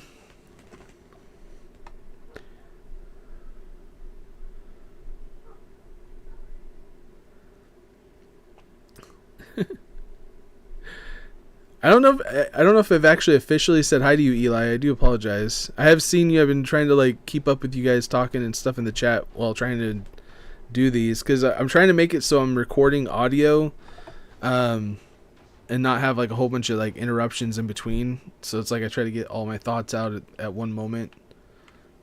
So I apologize to the chat if I'm not as interactive as I usually am. But I mean, look, we already got 29 iron. I mean, that's pretty good for a beginning part. During the nighttime, they don't really produce much when it comes to the iron golems, so it's always good to just sleep and then they'll start up again.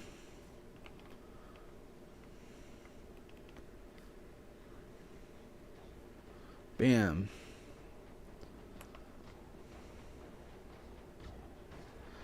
Alright, so now I'm trying to think what's the next tutorial that we want to build. Those are the two that I was like really focusing on. I feel like a lot of people want an iron farm in their world, and it's been a while since I've actually made an iron farm video.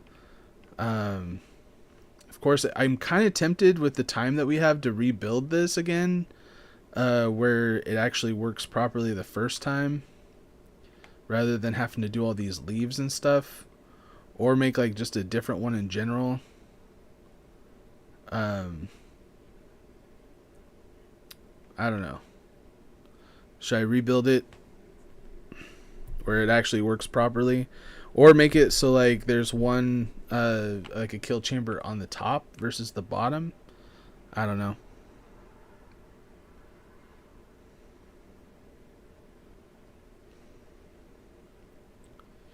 Let's see here. You're making this a video, right? Yeah, I'm making this into a video.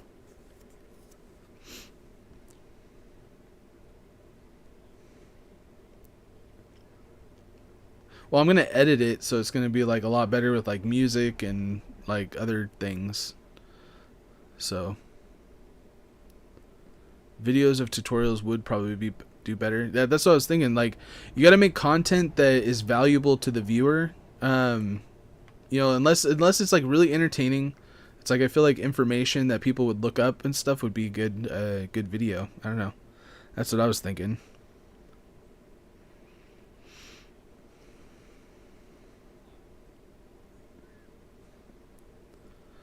I already made the villager breeder is over there, and then I don't know. So should I make this? Because I feel like if I build it again and make it even better, it might work better, like the video. because I did mess up on it. I don't know, maybe mess ups are a good thing to like show how to fix the mess up, or should I just make a new one with it like working properly the first time? And I can make it a little bit different.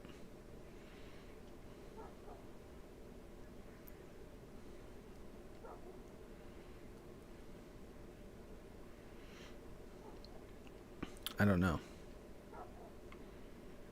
So I'm trying to figure out why this didn't work the way that I wanted to, because it's like 1, 2, 3, 4, 5, 6. Oh, you know what? I think that's it, because it's supposed to be 6 down. It would be this tile, or this spot right here would be the 6th one. No, because they were spawning underneath. They're spawning right here. So it must count the block underneath the bed. It's either that or it's the work sites right here account for something. Because this would be like 1, 2, 3, 4. I don't know. Now it makes me wonder if I just...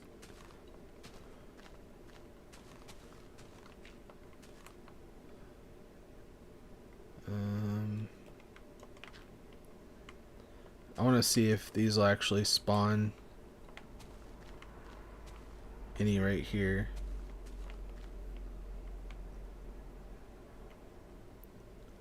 The chances of them spawning right there is kind of low, but...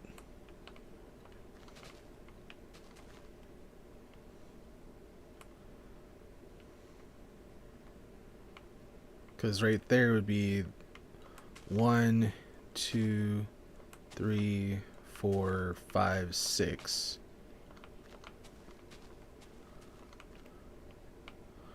Or it's 1, 2, 3, 4, 5, 6.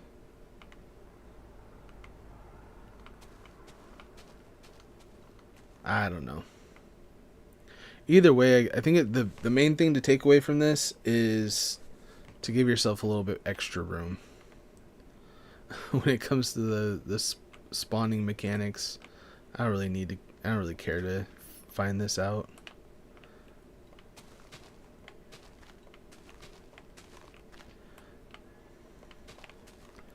I don't know. I could make one that's a little bit better. I mean, this is just something I threw together.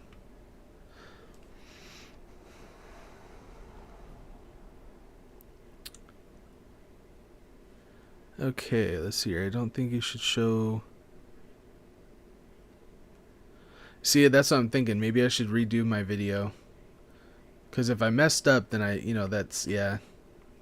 Alright, so we're going to go back to this spot. We're going to go the other direction. 100 blocks. So actually, let's go from here. 18, so we have to go at least... beyond 118 this way. So like right here would be good.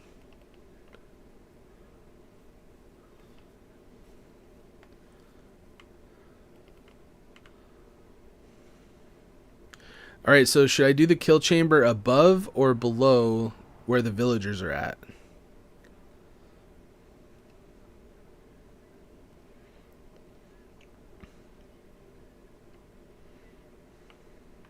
Because I could make it where like the kill chamber is in a different spot. I could do that. Oh, I got an idea. Okay. Never mind. I got an idea. I mean, I did already go over the... I'm just going to go ahead and start over completely.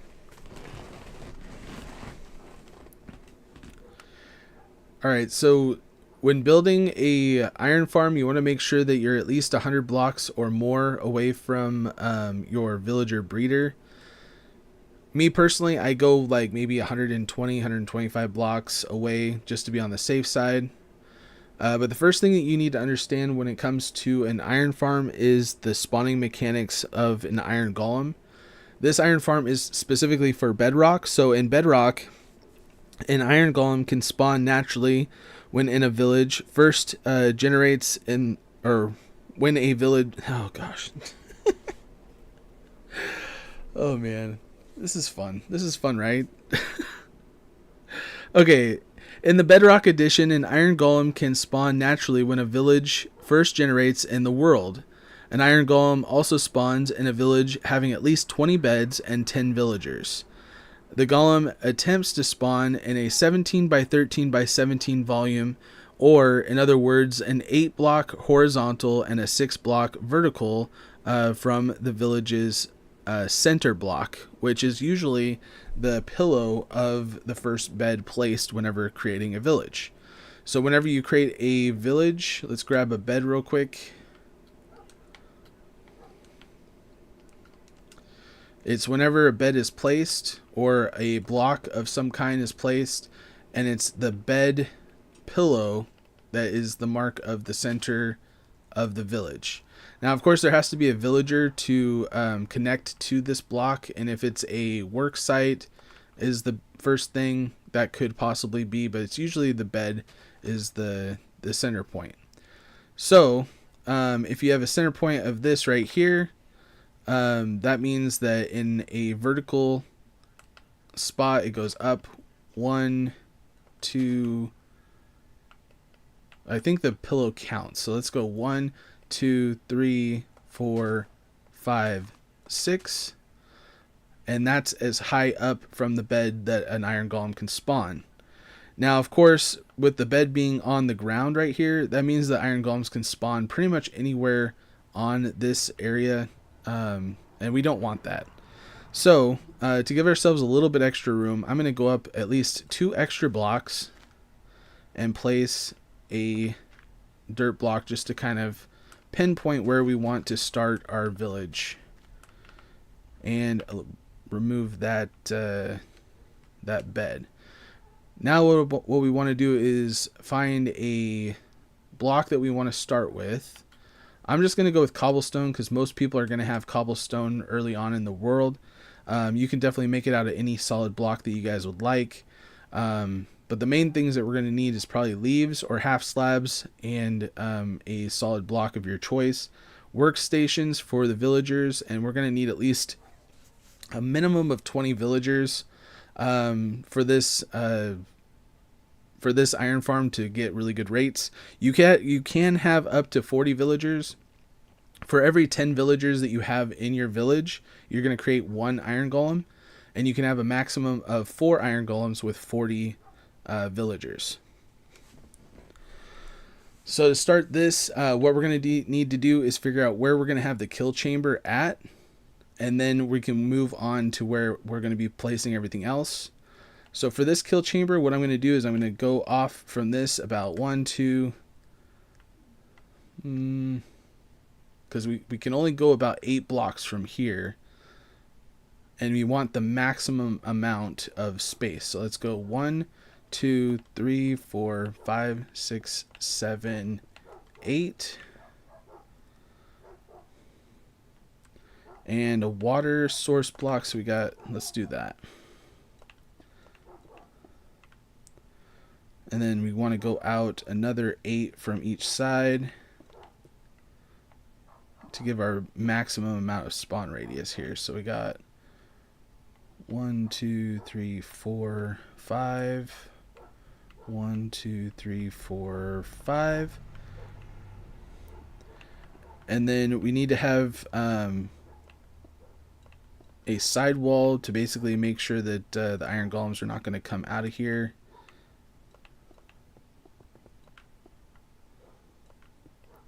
And this needs to go up at least 2 high.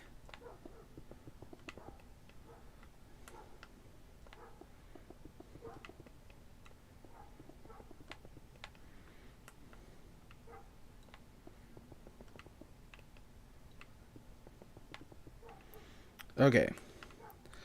So the blocks that are closest to where the bed's gonna be, we need to have at least 2 spots of regular blocks. And then if you have access, what you're gonna want to do is get some magma cubes.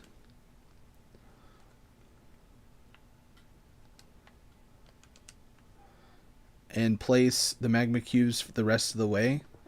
And what this will do is just speed up the process of the elimination of the iron golems, so that way we can actually get rid of them quicker, so the spawn rate will continue to be faster. And let me go ahead and change this to daytime. Let's see here.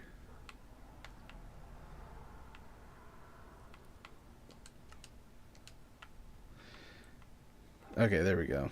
Change it to daytime. Alright, so this is going to be the main kill chamber of where we want the iron golems and stuff to go. Something that we can do to increase the chance, or increase the...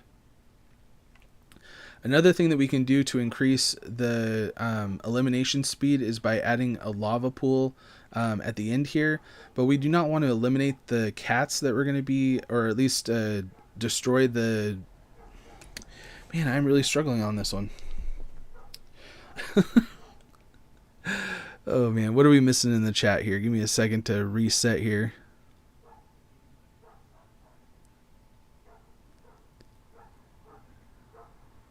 Wait, what are you talking about?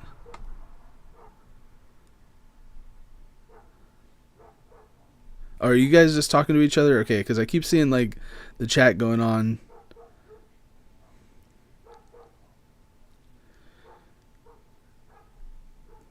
I wish I did have tips for how to get better at Rocket League, honestly. I've been trying to get better at Rocket League myself. Lately, all I've been trying to do, and it's been helping, is like going into free play and just spend some time trying to jump off the walls and follow the ball in the air has been helping me a lot, to try to figure out what controls I need to be pushing to like move my car, and then just start off slow and try not to just go into full flip resets, but just get to the point where you're following the ball and air dribbling a little bit.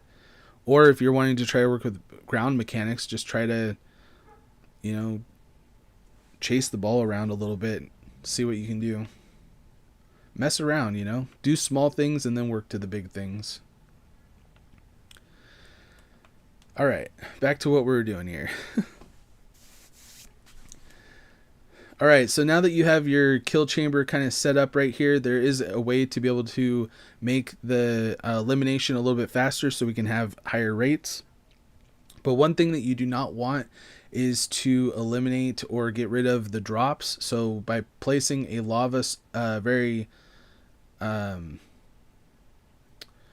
placing a lava bucket at a specific spot is very crucial to put it in the right area. If you put it in the wrong area, you might end up destroying your drops. So first, what I would recommend doing is coming down and getting some hoppers.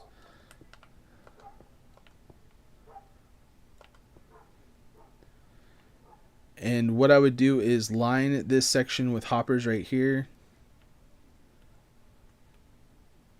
And, you know, I had all this stuff here. Let's see here.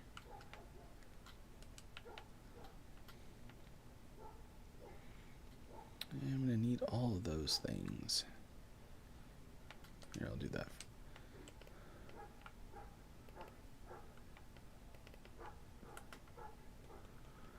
Alright, so what I would do is line this bottom section right here with hoppers. One below the kill chamber area.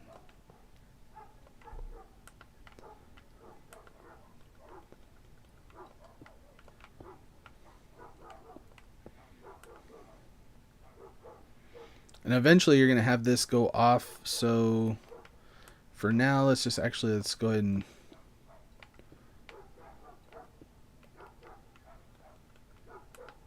Of course, I have like a dog barking in the background. I don't know if you guys can hear that. It's really annoying.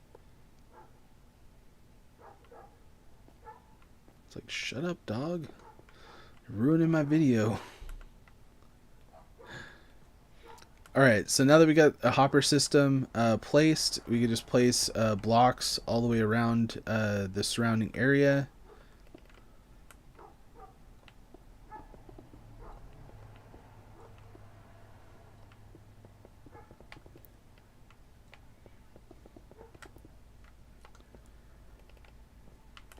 And just in case we have some cats that end up falling in here and they're still alive, another thing that you could do is placing campfires down at the bottom here. That way it'll make sure that those cats get eliminated, and you can collect those drops as well. Where is the campfire?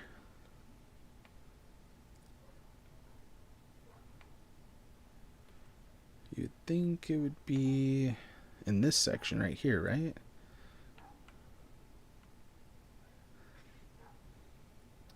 I really need to get more familiar with creative. There it is. It's right here.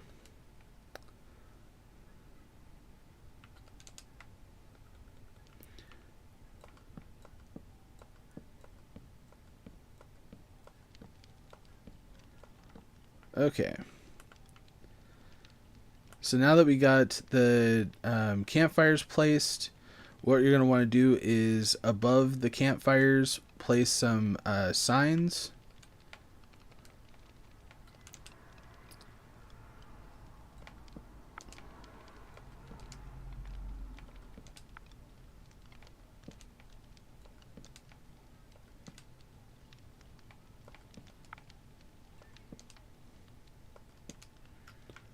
Okay, and then one block up and over to the side here, you want to place some more signs.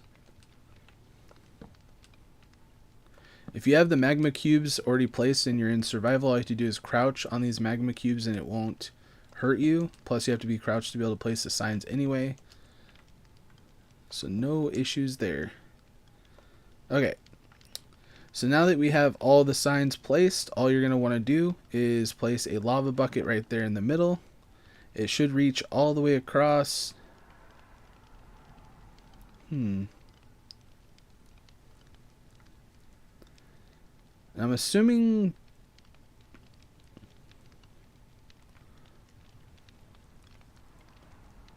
Actually, let's see here. It does not reach all the way across. So... break that and put, these are not going to go out on their own. Give me a second. Okay, so after we got the signs placed, all we have to do is put one lava bucket on each side of the corners here.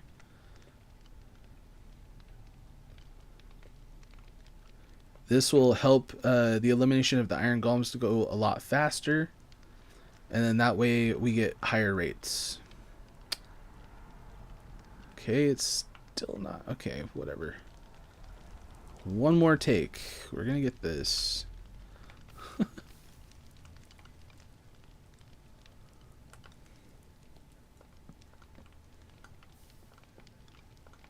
Dang it.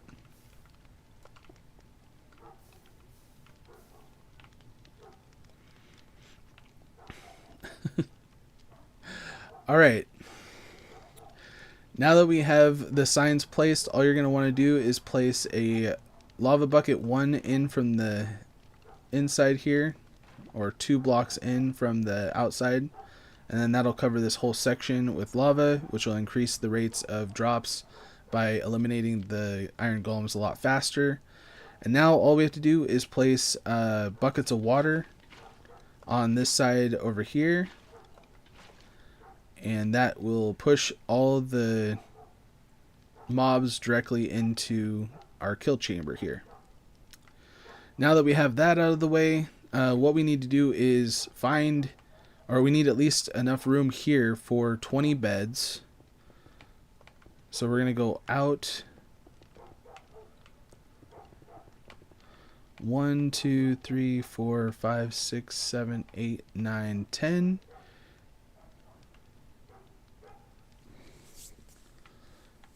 Okay, so I mean, technically we don't need that there. And that should be enough room for 20 beds. And now we need to find or place the spot where we want our villagers. The villagers do need to be able to link to the beds, so they need to be somewhat close or at least at the same level as where the beds are at, if not like 1 to 2 blocks lower or higher. So what we're going to do is we're just going to place our villagers in this section right here. We need to have at least enough for 20 villagers. So what we could end up doing is branching this out a little bit further.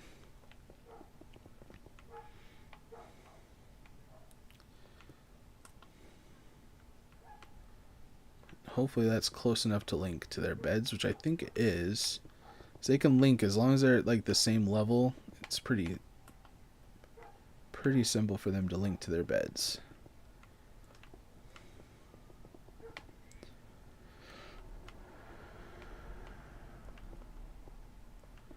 Alright, so we got 1, 2, 3, 4, 5, 6, 7, 8, 9, 10, 11, 12, 13, 14, 15, 16,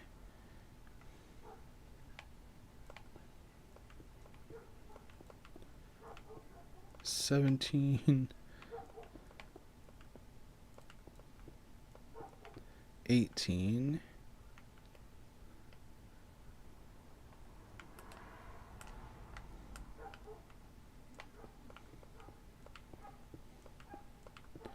19, and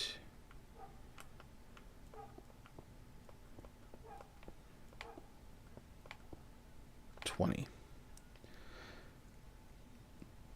Alright, so now that we have this section right here, we can actually get our villagers placed in here. This is if you want to have a trading hall accessible, so like you can actually trade with your villagers. This would be a good way to do it. You can definitely put it in any way, shape, or form that you want. This is just for a simplistic way of looking at it.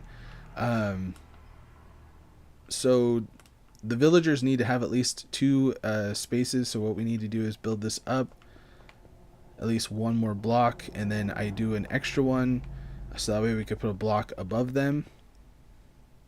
But we're going to leave that open for now so we can actually place the villagers inside. So let's get this all put up here.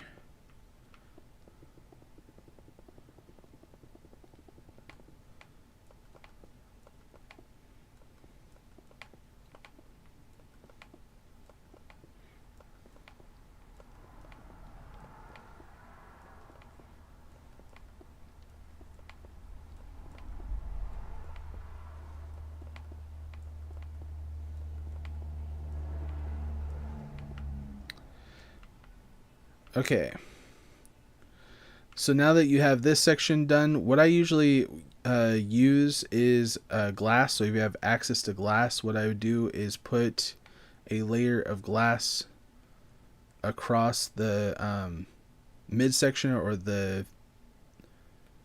Here, let's go ahead and finish this here. Find this. I cannot do 2 things at the same time, I swear. Okay, glass.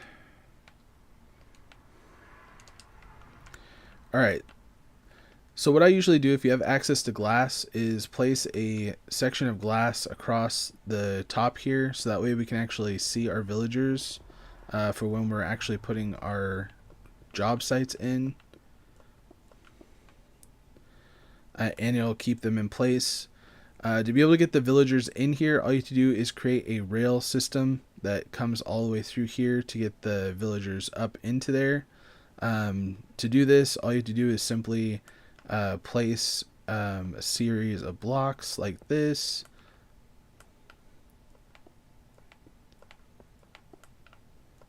If you do need to use some power rails to get them up there, you can use power rails.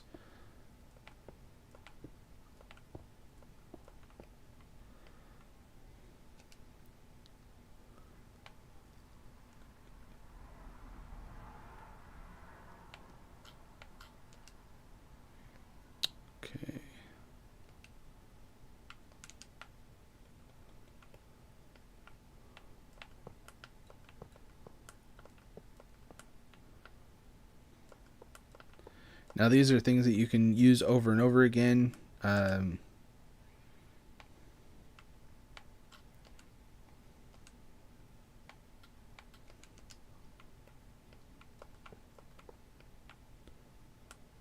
What?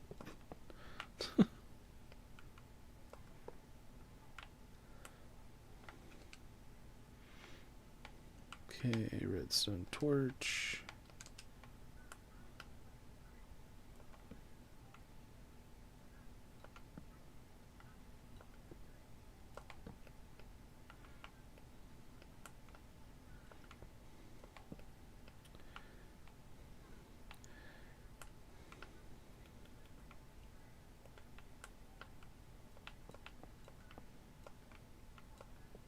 Yeah. All right, so if you build like a ramp like this, you could definitely use this. You could use this and then move this over to the next section, but it could get a little complicated unless you put like an additional layer right here, so you can actually, you know, bend it like that. So if you want to actually move this backwards a little bit, that actually might be a more of an ideal thing to do. So that way you can actually move them into other spots so you don't have to rebuild this 100 times. If that makes sense. Hopefully that does make sense.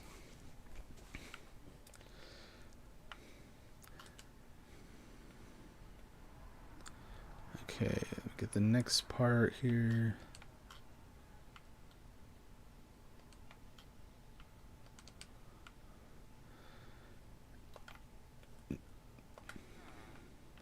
Now all you have to do is get a villager into a minecart hopper, and then from your villager breeder, just move them over here, bump them up, and then they will go to the designated spot that you would like them to go.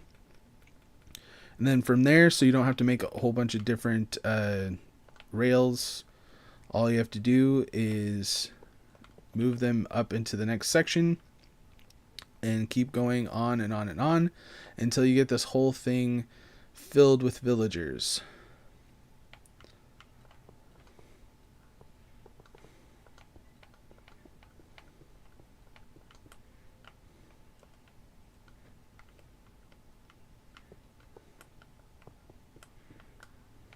Get rid of all this stuff.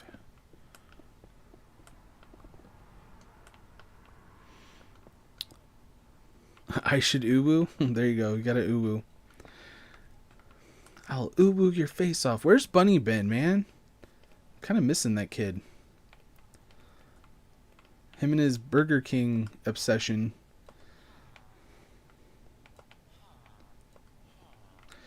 Alright, we definitely do not want any of these green shirt nitwit guys. We do not want any of those guys because they are lazy. They do not work.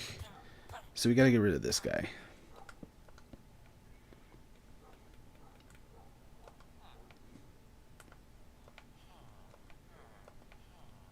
Oh man, I fell.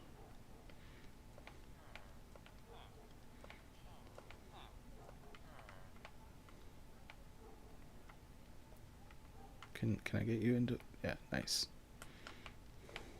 I'm actually getting lucky this round. No!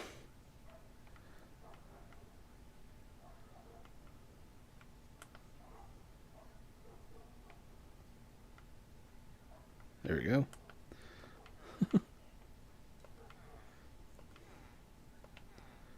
And then I was like, I'm so lucky, and then I get two nitwits at the same time.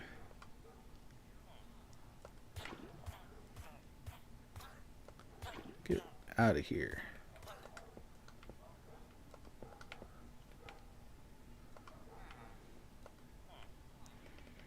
All right.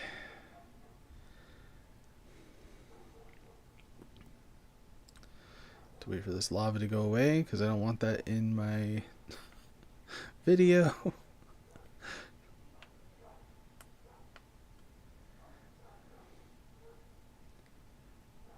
Alright, so now that we have all of our villagers placed where we need them to be, and of course you can extend this out and make it even more villagers just by making another layer or however you want to put them in your village.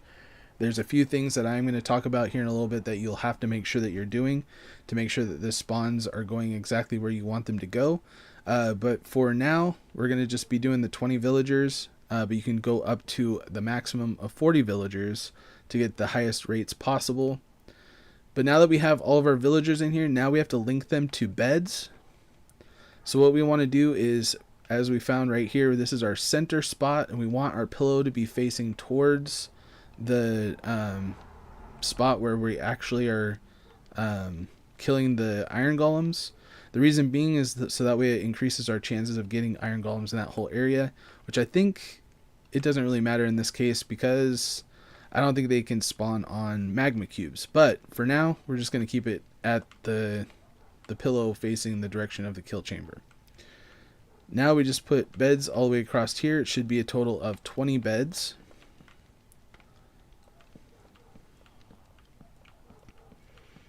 They should all link to their beds. And then what you can do is take out all of these blocks underneath the beds. I'm not sure if this will actually affect this at all, but I always do this just to be on the safe side of having no mobs spawning on top of these beds for whatever reason. Now that we have the beds placed where we want them to be, now we need to make sure that we don't have any other spawns, or basically eliminate the spawn spots of where the iron golems might end up. So what we want to do is come over here, and let's actually go ahead and raise this up one level just to be a little bit higher than the lava here. And what you can do is, oh, get in there. At least they're kind of spawning where we want them to be. The two things that you can use are leaves or half slabs. For this build, I'm going to go ahead and use leaves.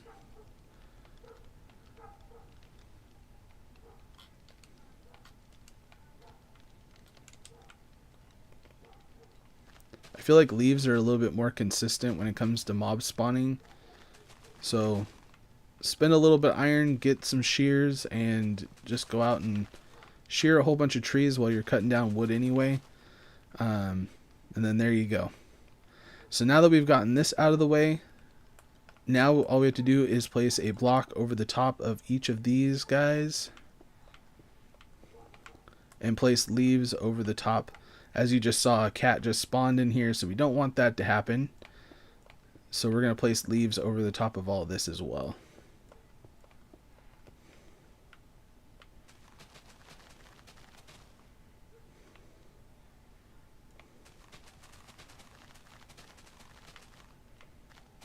I don't know why I'm doing this.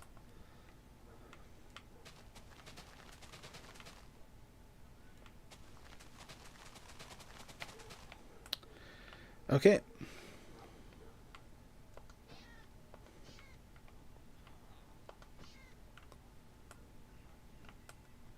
Fortunately, we kind of need to eliminate this cat. Ah.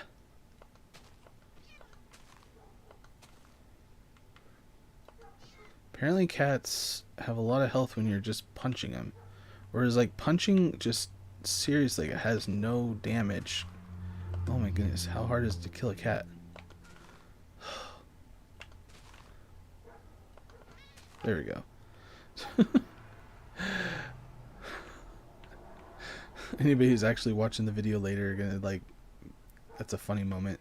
Okay, I'm gonna leave it. Alright, so now that we have the leaves placed everywhere that we do not want the mobs to spawn, now all we have to do is, kind of the hard part is linking all of these guys to a job site. The best way to do it is just placing a job site of your choice and then linking them to the villager that they go with. You need to do this one by one,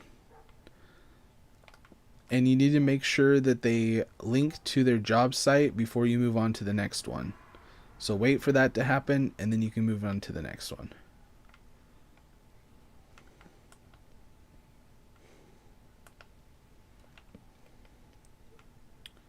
Okay.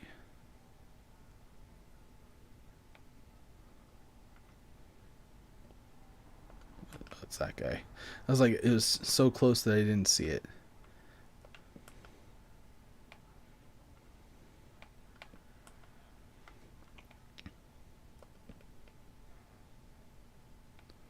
Okay.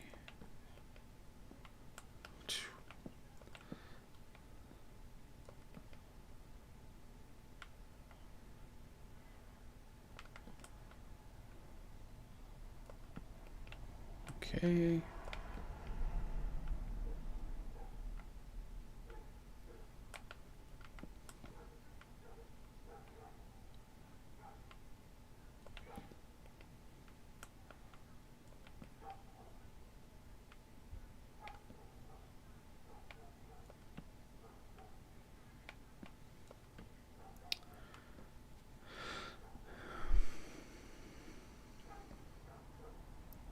Wait, why do things keep getting deleted? Are you guys deleting your own messages or? Oh, dang. That's a close one.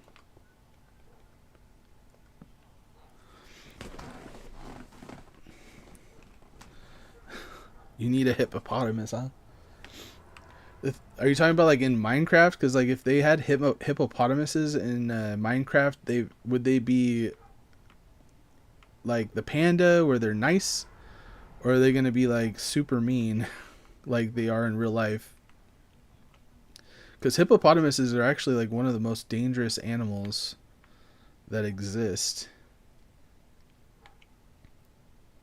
Wait, where did this guy go? Oh, he's right there.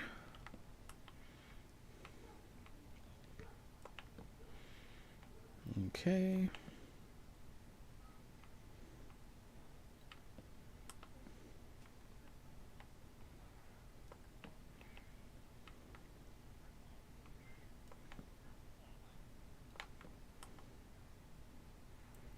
Almost done.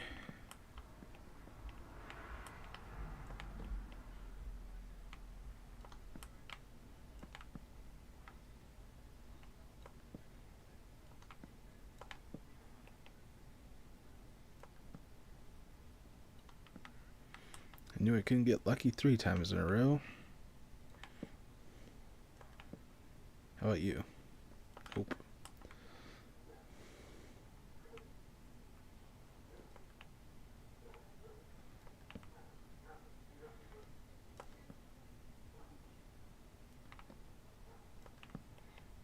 Okay. And last but not least, alright, we got all of our villagers linked up to jobs. Now what we want to do is remove this glass piece because I believe that mobs can still spawn, or at least the iron golems and cats could possibly spawn on these glass as well, but we need to be able to access our villagers anyway.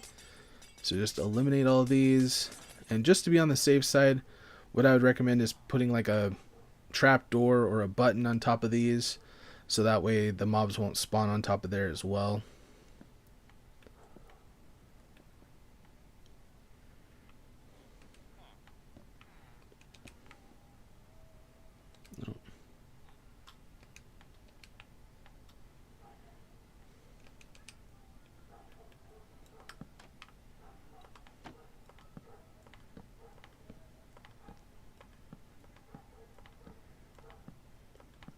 As you can see, the iron golem does spawn on top of these without the...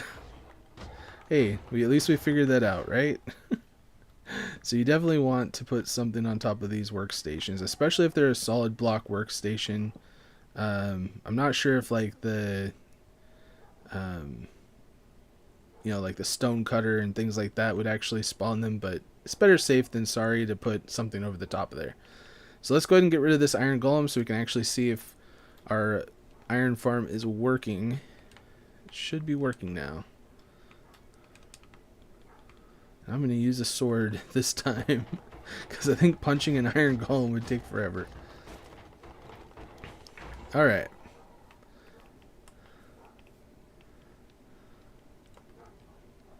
Alright, we already got some iron in there, but we need to put a chest at the bottom here. Okay.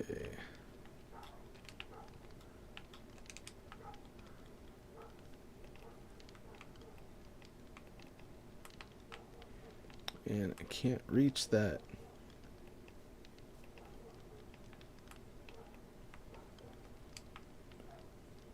I can't do it on here. Like, there we go.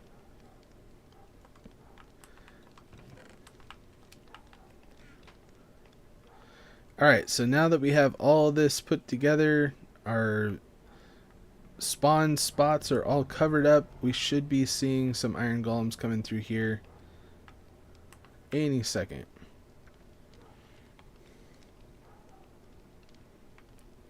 I believe you do need to be within like 24 blocks or so away from this farm for it to work. So it's not going to work like if you're across the map or anything like that, but it should work.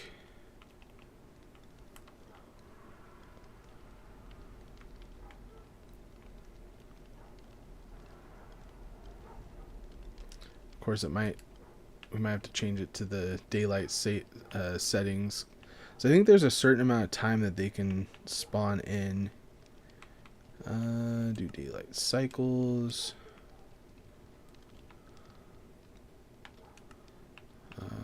Time. Let's do sunrise.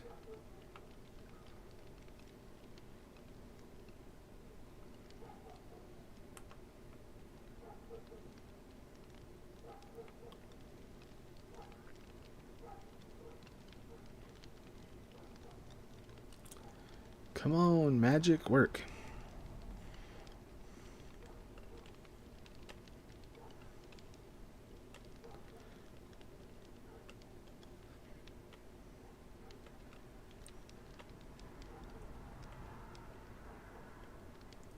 I've heard of Google Play Rewards. I don't really know too much about it, though.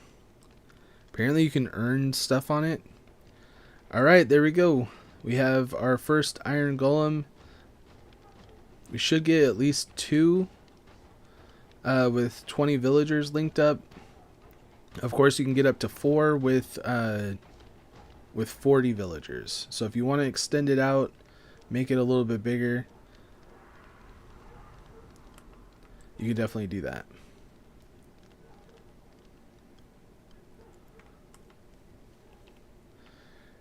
Now, when you're over here and you're trying to make your platform to be able to come and actually talk to your villagers over here, what I recommend is that you place your half slabs down as your walkway, or you can use the leaves as well. But let's go ahead and get in. Make sure that this works before I put this out.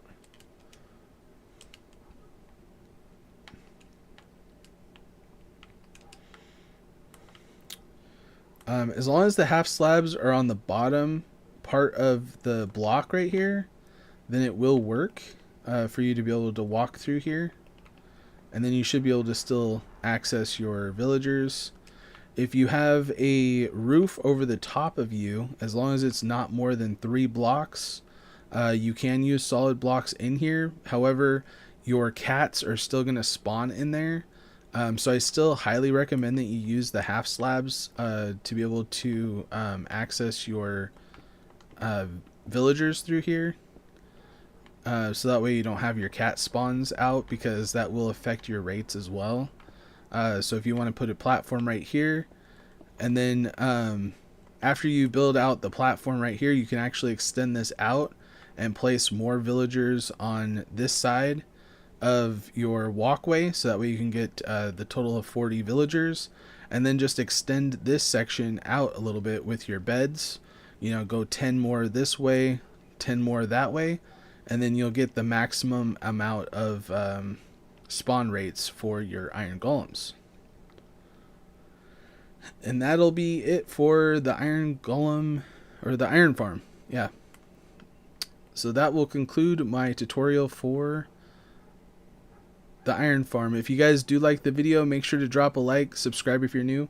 Would like to see more content like this. If you have any tutorial ideas, make sure to let me know in the comments. Thank you guys so very much for watching, and I'll see you guys all in the next video. I feel like that one worked out a lot better, right? Like, that one's a little bit better. I'll be able to edit it a lot better too. It does go a lot faster with 40 villagers though, I have to say. It really does. Like, this is going like really slow. I mean, you could actually increase your...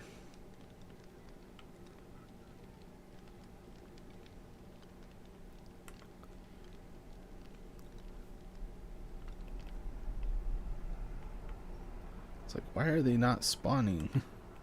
Because how much do we have so far? Let me up. We only got like maybe 2 iron golems so far. This is taking forever. The only problem with these farms sometimes is that the villagers will unlink to their stations. But they should still have access to them. I don't know.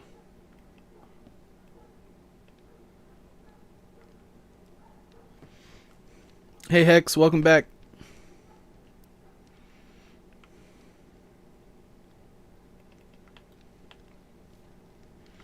Alright, what should I do next?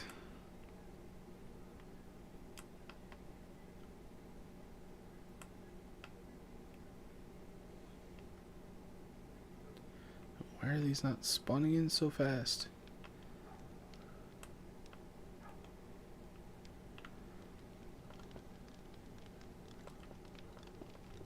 It's like I almost wonder if it's like the fact that I have too many magma blocks. I don't know.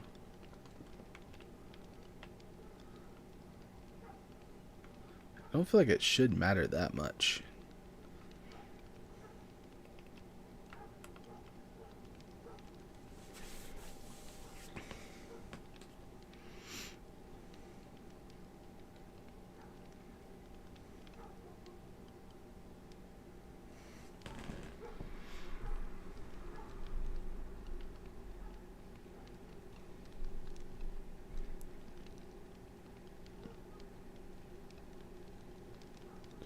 I went to my local Publix and bought a Google Play gift card.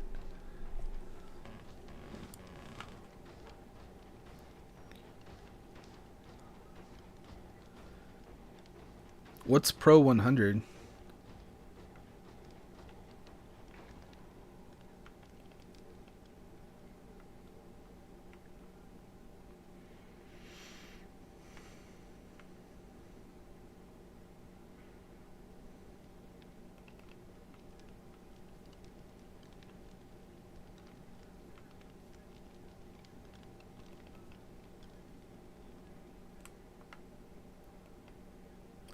I wonder what the spawn rate is specifically per, like, here, I'm gonna see if I can read something here. For a village to spawn iron golems, 75% of the villagers in the village must have worked in the past 100%, or in the past day. Let me reread that. For a village to spawn iron golems, 75% of the villagers in the village must have worked or stood beside their or atop their workstation in the past day.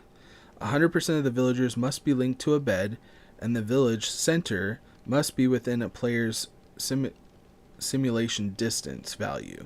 So that's like the 24 blocks that I was talking about before.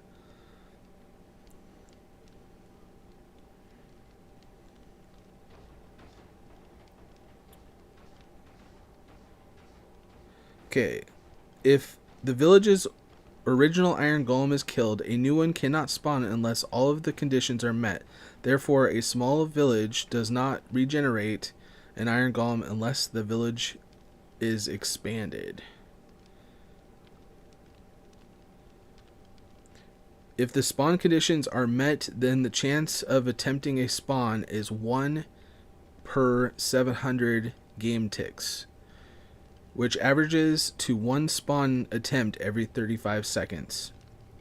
Iron golems can spawn provided the 2x3x2 space above the spawn point that is horizontally centered on the northwest corner of the block it spawns on, and contains only non-full blocks.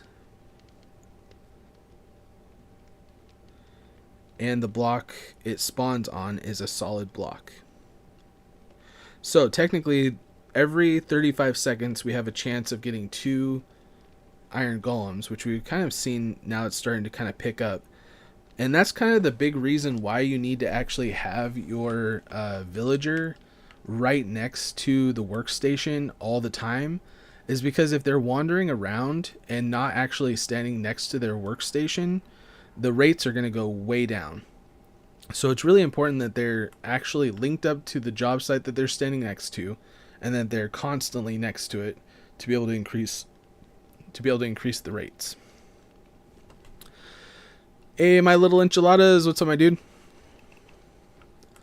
Now that it's really kind of kicking, it's starting to really cruise now.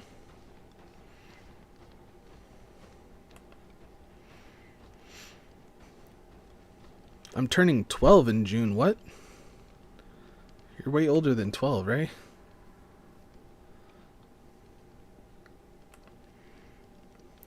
You're turning 3 tomorrow. What?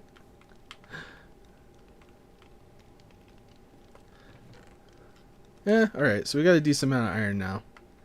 Let's go. Now I'm trying to think what the next... I mean, I could do some simple ones like...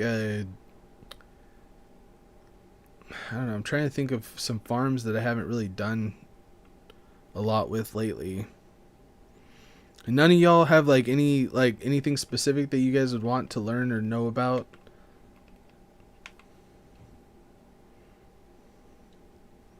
What's something that you guys have been like, man, I really wish I knew how to do it? Iron farms are like one of the main ones that everybody wants to know, so I figured I'd focus on that today.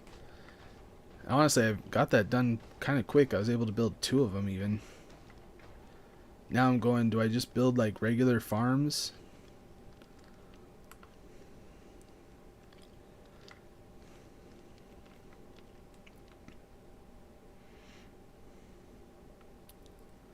I'm trying to think. I could do like a staircase. There's one guy that I watched that got like so many views from like a simple staircase video, which honestly I kind of want to experiment with anyway. So maybe that's what we'll do.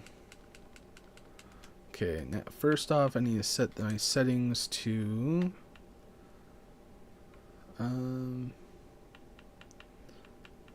daytime always.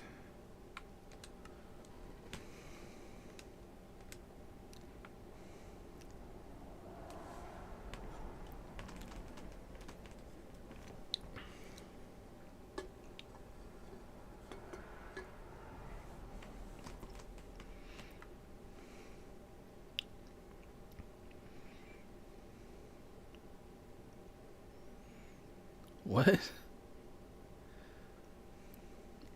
What was autocorrect? I'm confused.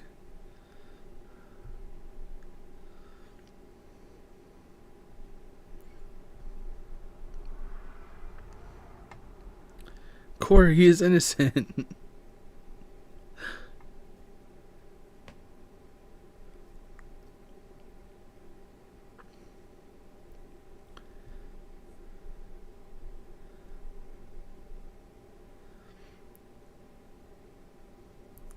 It's like, why were you saying shut anyway?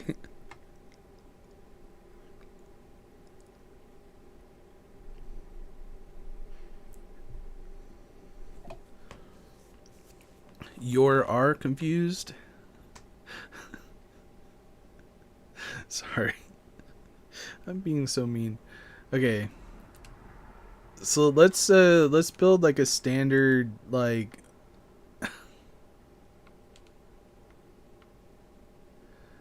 oh man.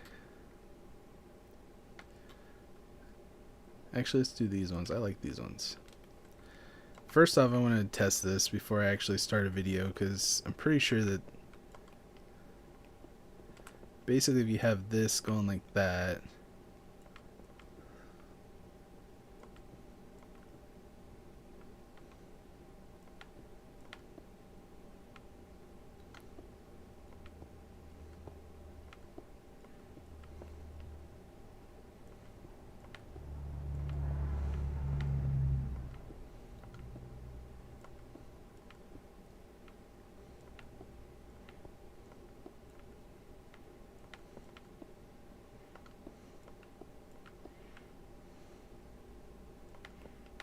make sure that this actually works the way that I think it's going to work. Yeah.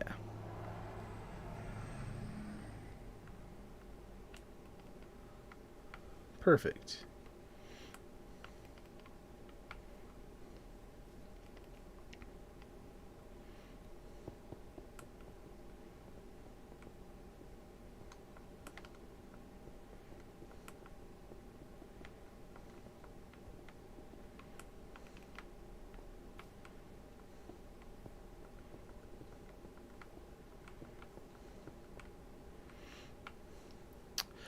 All right. Why does everybody say that as an insult? I hate that people use that as an insult. -1, -2, -4, -3. What's the minus whatever?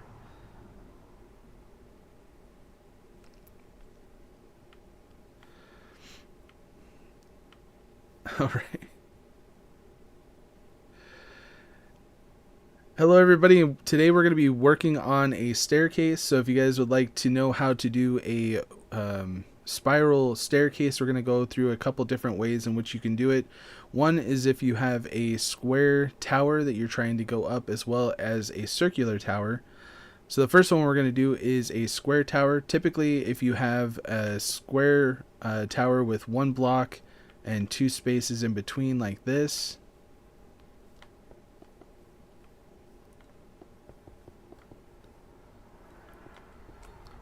this is how you do the spiral staircase for this kind of tower. Is that? I don't know. I feel like that was kind of rough. And who builds a tower like this? Like I would say like most of the time people would do like a circular one, but hey, maybe some people do a square one.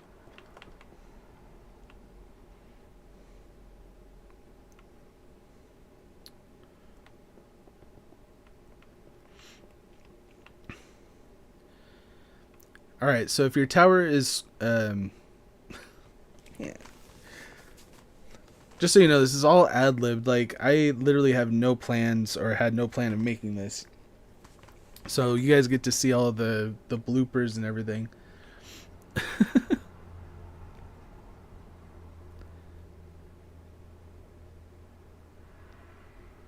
Woo, a staircase.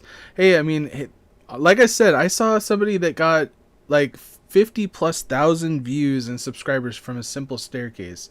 I'm doing it, man. I'm doing it. I don't even care. Oh, man. Hey, if you have any better ideas, let me know. I'm trying to record videos so I can actually make some edited videos to post later.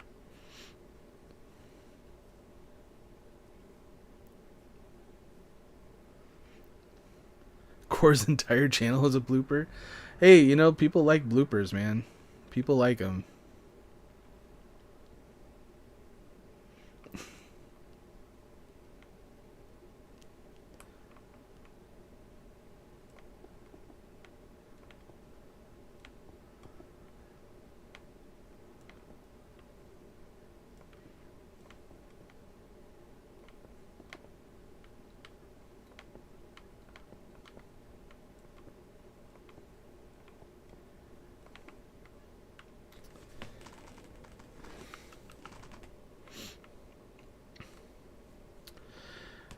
All right.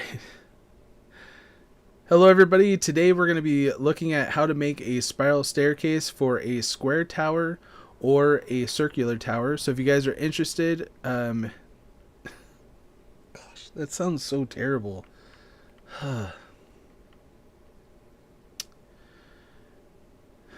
Hello everybody. Today we're going to be looking at how to make a spiral staircase for a circular tower as well as a square tower. If you guys do like the video, make sure to drop a like. Let's go ahead and get started. Usually the tower, you'd want a doorway. So let's go ahead and actually just make a standard doorway through here. So that way we can actually access the area. Maybe we'd have a floor at the bottom here.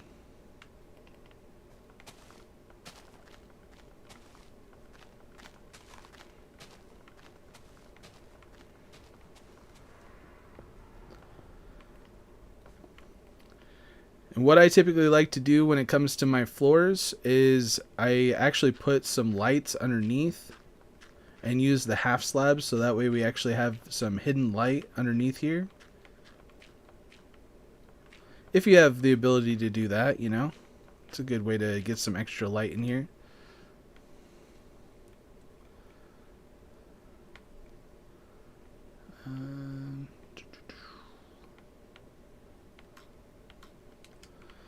Since we are on creative, I'm just going to do some fun ones, because why not? Alright, cover it up with the slabs, so that way we can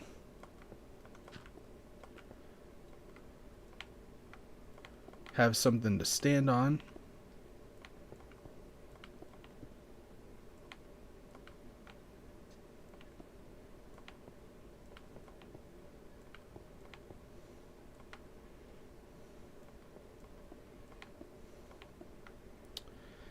Okay, and then depending on which direction you want it to go, it really doesn't matter. All you need to do is start off with one slab here and then continue onward up this direction.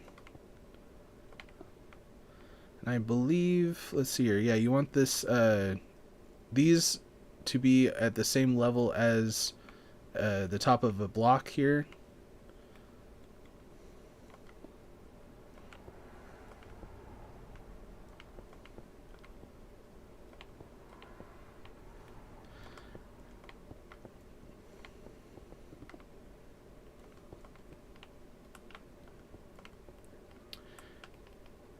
And the reason why you want these half slabs right here to be at the top of the block is so that way if you come across here and you want to actually put a doorway to go to the next level, you'll be able to actually put that doorway there and you can walk straight out.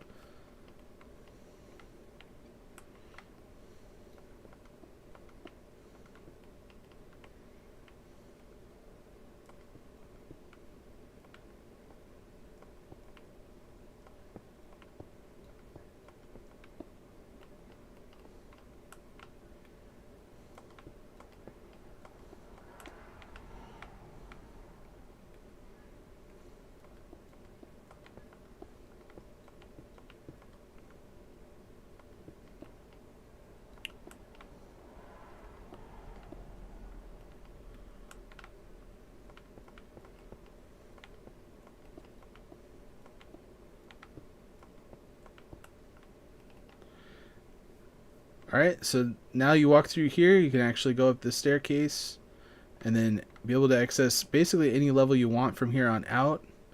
Another thing you could do for these side sections here is if you want to put in some like windows or something like that, it'd be really easy to just put in a couple, let's grab...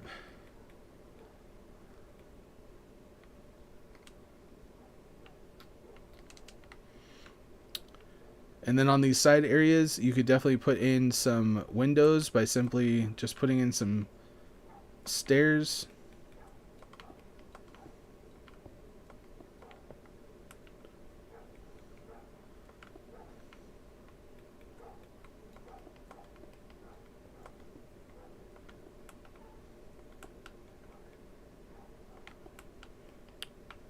Like that, kind of gives you that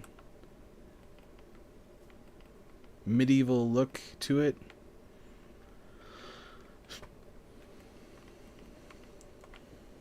With this staircase, you can continue going up and up and up depending on how high you need it to go, and you don't hit your head on the bottom here. We'll do an extra layer just to kind of show what this is going to look like.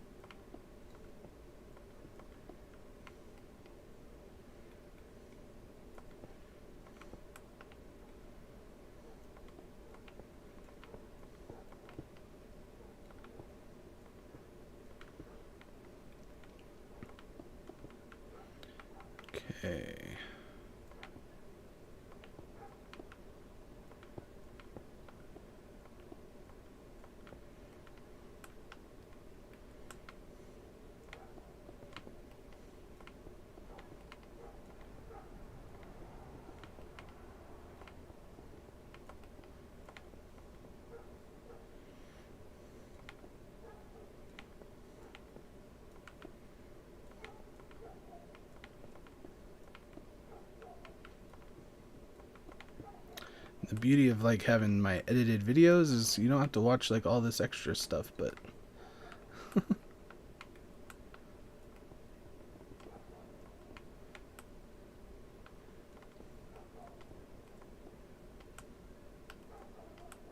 come on.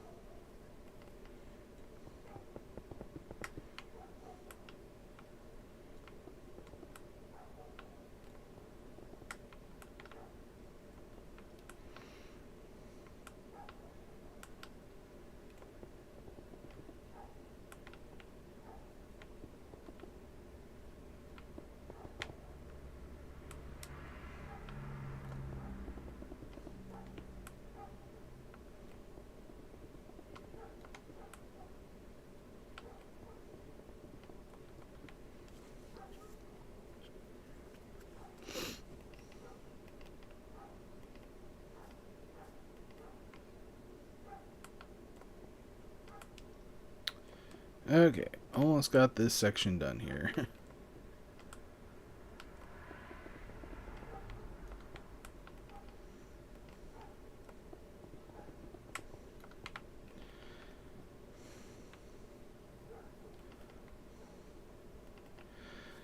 Alright, so now that we got this whole section built out, another great way to be able to put in your windows is to be able to actually come through here and kind of look at where you'd like the windows to be. Sometimes you can just put them however you want throughout it. You don't even have to have it matching up with the other windows. So maybe you want those matching up, but these ones not matching up.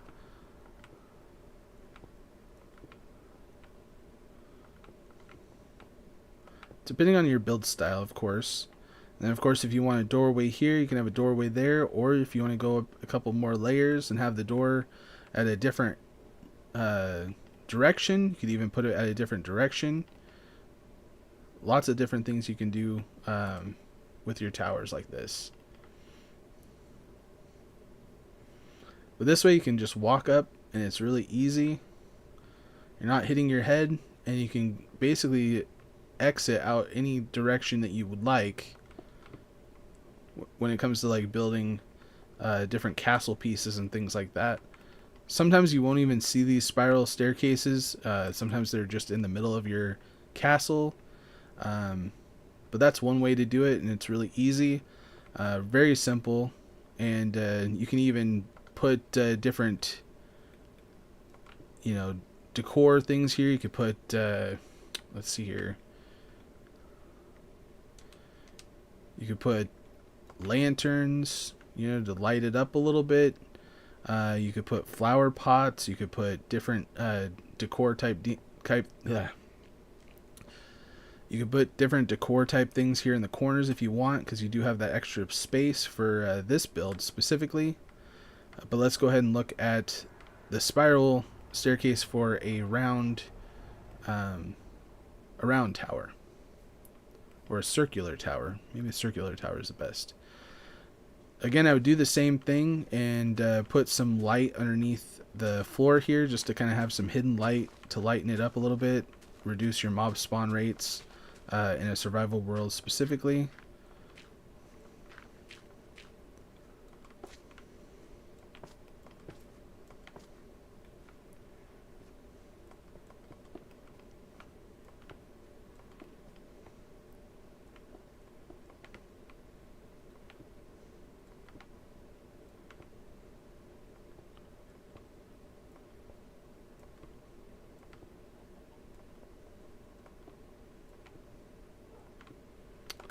Okay.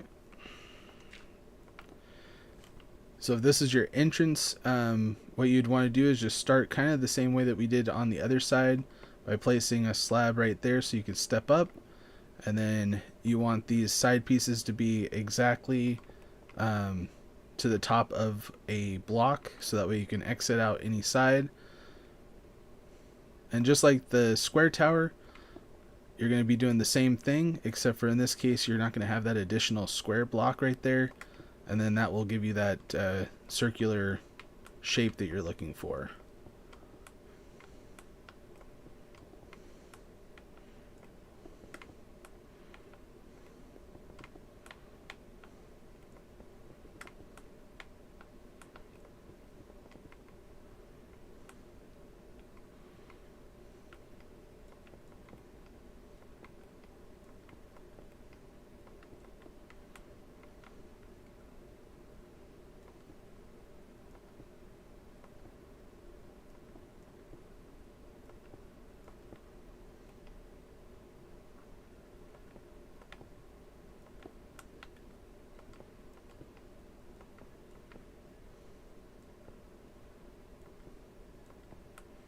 Gosh, I feel like my camera is going like all shaky.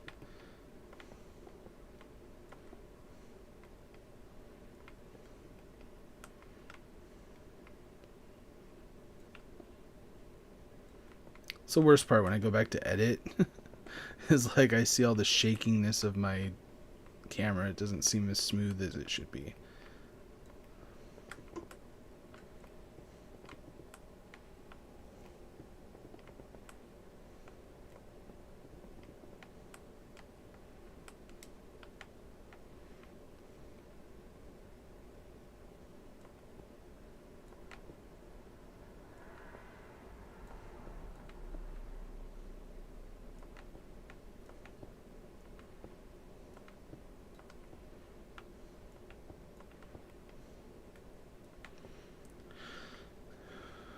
Alright, so to kind of give an idea of what it looks like on the center or the inside, is you kind of have a spiral staircase that goes up ugh. Alright, so now that we got this all done, now you can kind of get an idea of what it looks like from the outside point of view. The cool thing with these spiral staircases is that you can exit out any direction that you would like. So if you have a part of the castle that you're building that's going in a specific way, or a part of your base, you can enter on one side and come out the other direction on the other side. Or have a whole bunch of different levels in which you guys could organize your base. Like let's say you have a room for something specific here, and then a room coming out over here. You can make a whole bunch of different doorways, so that way you can access a whole bunch of different sides of your base. Or you can put windows, like I was talking about on the square staircase. Come through here, kind of figure out where you want the windows to be. Cut it out. Place it this direction like that. And now you have some windows to look out from your staircase.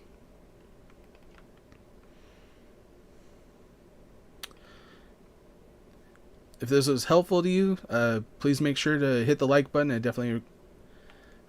Gosh, man, I really suck at asking for people to hit the like button. Hey, what's up, Vader? How's it going?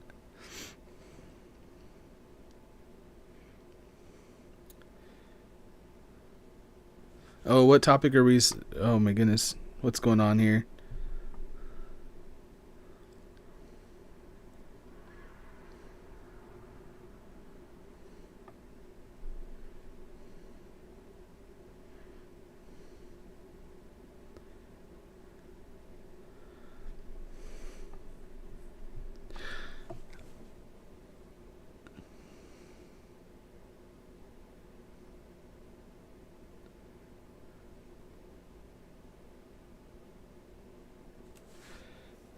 Have I ever listened to... I don't even know how to pronounce YNW Melly. I don't know. Maybe I have. That was the one person I didn't really know. I mean, honestly, Eminem and 50 Cent were pretty popular when I was in high school. So I'm kind of surprised that they're still popular to a lot of you young kids that now, I don't know. Especially 50 Cent, because 50 Cent hasn't really been in the spotlight lately.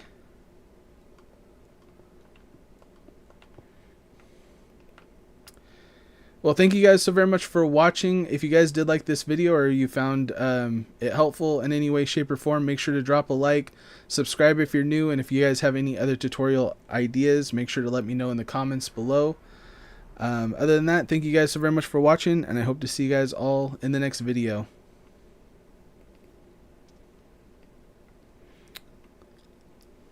See, that one's kind of a simple one. I mean, hopefully I can edit it and make it look cool. I don't know.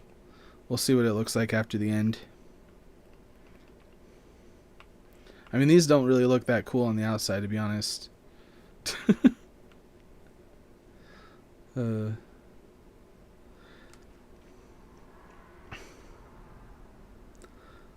Like that smash button. Smash the like button.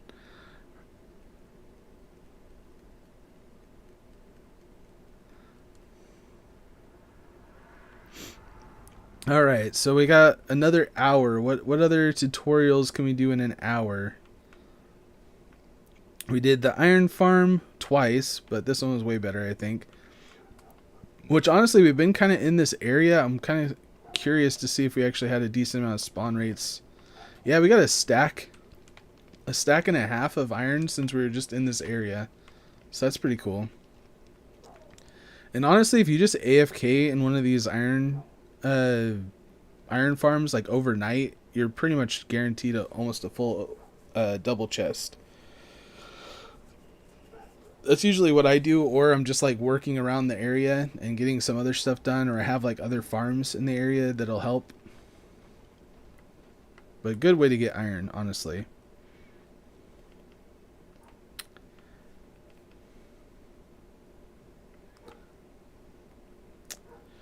Okay, so let's see here. What else can we do? What else can we do? I mean, I could do some like simple farms, like a sugarcane farm, or I don't know.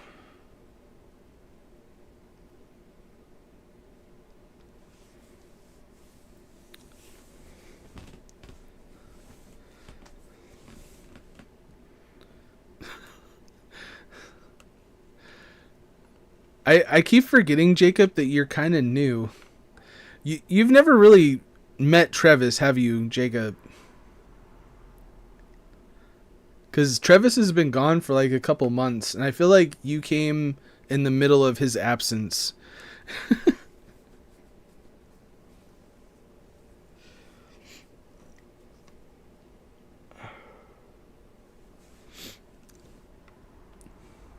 It's like a lot of what he says is either backwards, doesn't make sense, or he's just trying to get a reaction out of people, typically.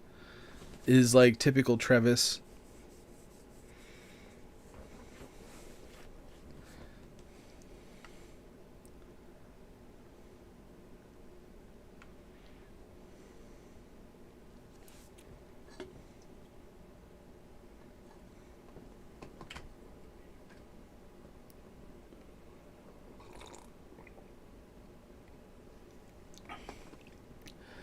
But like on a different note, how's the video quality?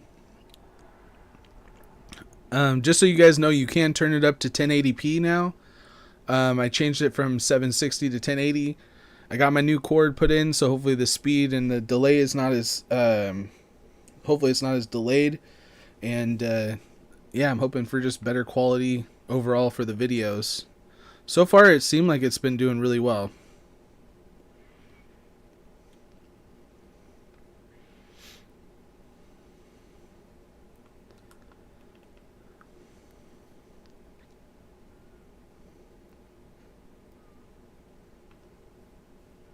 Awesome, awesome, awesome. I want to believe you, Travis. I want to believe you. Oh man, there's a cat all the way over here, huh?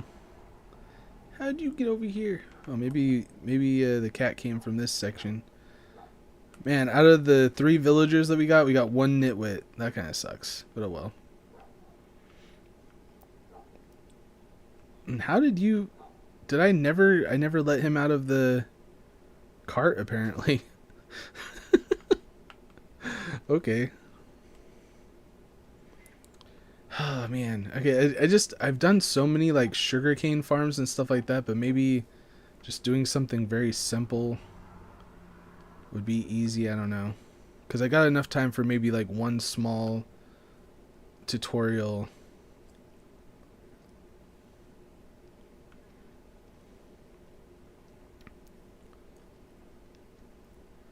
Trying to think of one that's like easy. Probably a sugarcane farm. I wish the sugarcane farms could, or like maybe the sugarcane and the bamboo farms were like the Java edition, because in the Java edition you can use mud as the block that you can grow it on, and I don't think that you can actually. Let me see here.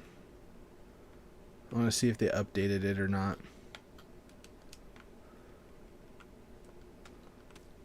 Because in the Java edition, you're able to actually throw things.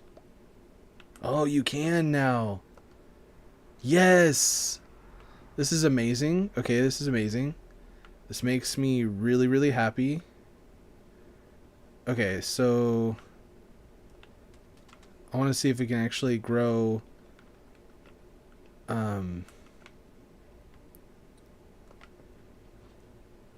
let's see if we can actually grow, what's it called? I'm so excited that I'm just like no words. Sugarcane. Okay, let's see here. This is actually an update. This is an update for me, so this is awesome. Okay, let's get some water buckets. We're gonna do this really fast, and then we'll make a tutorial out of this. So this makes me so happy because this is not available on Bedrock, and now it is, so that's amazing. Please tell me that you can grow sugarcane on top of this. Where's sugarcane? Sugarcane, that's bamboo. Sugarcane, where are you? Kelp.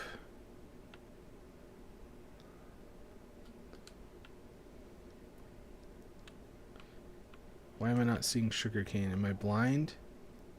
Oh, there it is. Okay. Please, moment of truth. Yes! Yes! Oh my gosh, this is amazing. Okay, so that means... Yes! Oh my gosh, this makes me so happy. Okay. We are going to make this tutorial because I am super excited about this.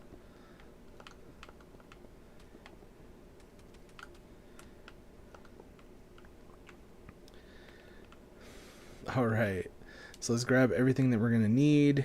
We don't need that.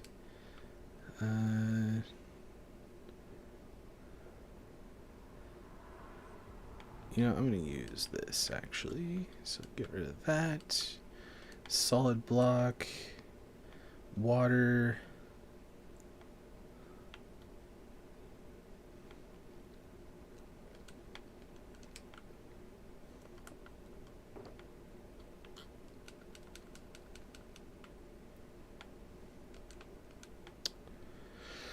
What else do we need?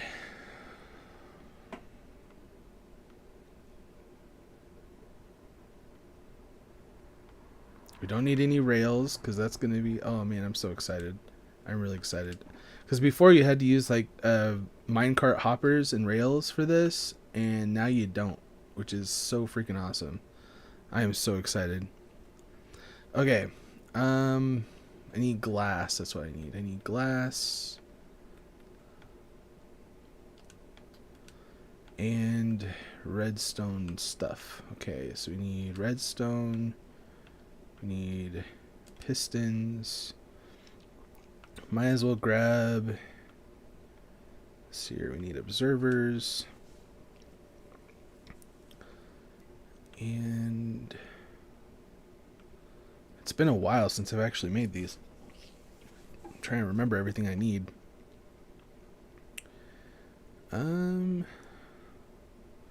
Piston, redstone.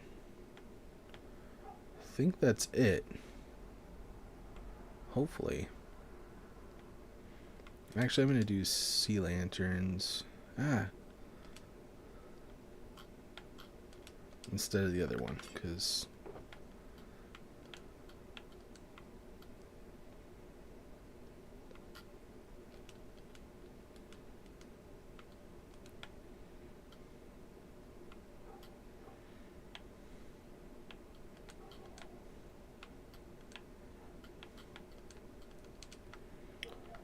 Okay, so I think we got everything we need. Hello, everybody, and today we're going to be... Hello... That was terrible. Hello, everybody, and welcome to Cranimal Gaming. Today we're going to be doing a tutorial on the new way of how we're able to build a sugarcane farm here for the Bedrock edition. I'm really excited about this new edition. It's been updated more recently, so I'm really excited. Hopefully this will help you guys out in your guys' world. But today we're going to be building it with mud and a new mechanics of which we can collect the sugarcane with the hoppers. So let's go ahead and get started. First off, all you're going to need to do is place one hopper, and eventually that'll go into a chest system right here. Go out as far as you guys... I thought I was crouched. Apparently I'm... Okay.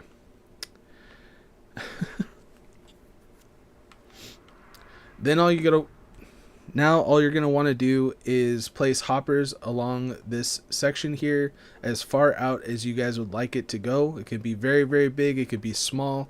However big you want. For this tutorial, we're just going to go about yay long, which is pretty decent size. On top of the hoppers, all you want to do is place a mud block on each one of these.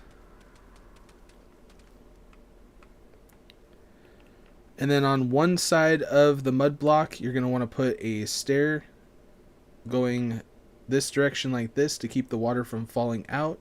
And then place staircase or stair blocks. You're going to want to place stair blocks all the way along this.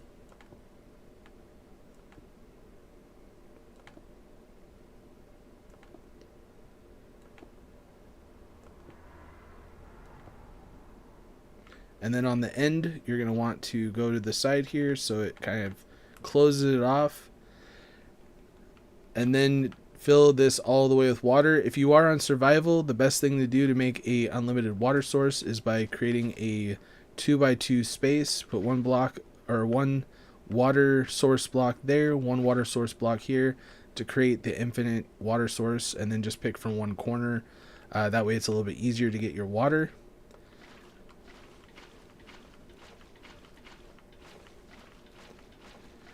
After you got this whole thing filled up with water, all you're going to want to do is start planting your sugarcane immediately, so that way it could start to grow, because it does take a long time for the sugarcane to grow. And then on top of the staircase, what you're going to want to do...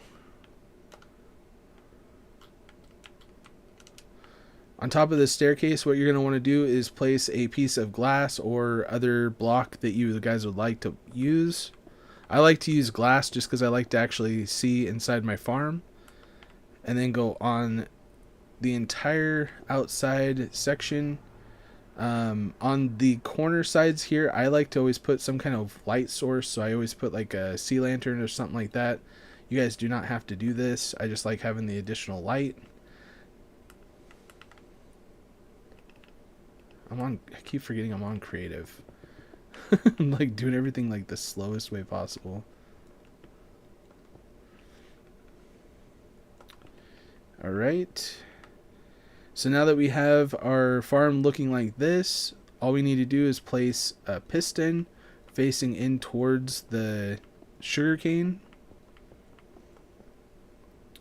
And on top of the piston, what you're going to want to do is place an observer, not this direction, but go on the other side and place them, I don't know, maybe like ever so often.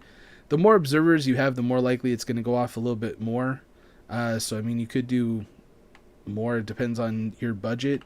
Put in a couple. And then before we start this whole process, we're going to cover up the rest of this with glass.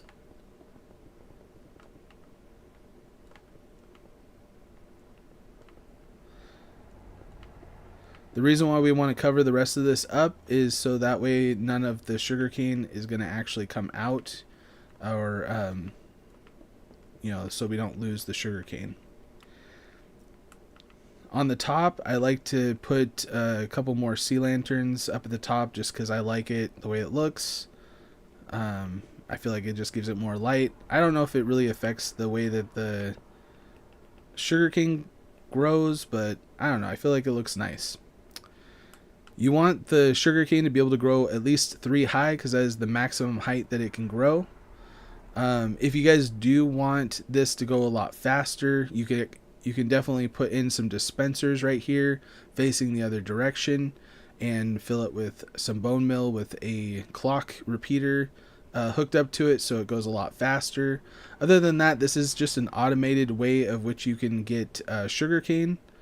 We're going to go ahead and grab some bone meal just to kind of speed up the process so you guys can see how it works.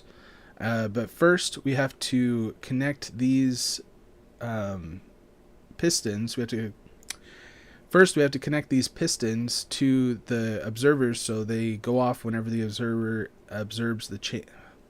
Man, that is a tough one.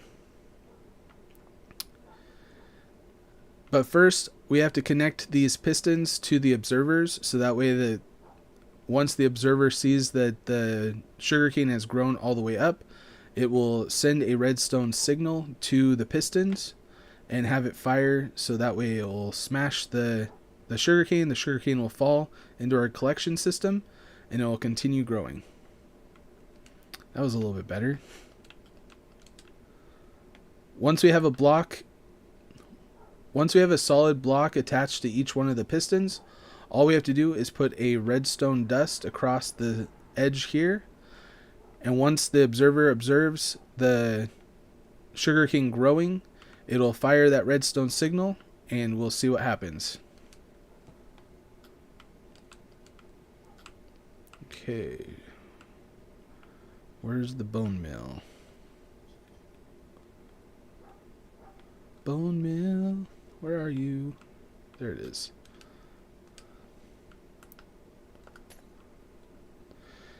Alright, so we're going to feed some bone meal to this sugarcane. Now, of course, sugarcane does take a really long time to grow. So it's really nice to have this sugarcane farm really close to wherever you spend the most time. So that way it can continue growing while you're doing other things. But let's go ahead and... There we go. Gosh, it wasn't working. Alright, so it just starts breaking the sugarcane. Now, again, you could put in a dispenser along this side here. Set it up with a clock. If that's something you guys would like to see, I could definitely show that in another tutorial. But as this continues to work, we're going to start collecting all of our sugarcane here at the end. And that is it. It's very simple. Definitely a good way to get emeralds by collecting the sugarcane, turning it into paper, and trading it with some librarians for some emeralds. It's also good to get sugar. It's also good to get paper for rockets. There's so many things that we use sugarcane for here on Minecraft, so it's definitely one of those builds that you definitely would like to have early on in your world to start collecting those items immediately, so that way when you need them, they'll be there and ready for you. If you guys do like the video, make sure to drop a like, subscribe if you're new and would like to see more tutorials like this. If you guys do have any tutorial ideas that you guys would like to see, make sure to let me know, and I'll make sure to get those videos posted as soon as I can.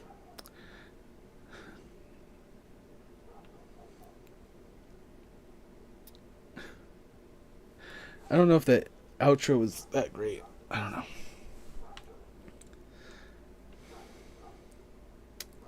Well, thank you very much for watching my tutorial on how to build a sugarcane farm. If you guys do like the video, make sure to drop a like, subscribe if you're new and like to see more content like this. If you guys have any ideas on tutorials that you guys would like to see in the future, make sure to let me know in the comments. Other than that, thank you guys so very much for watching, and I'll see you guys all in the next video.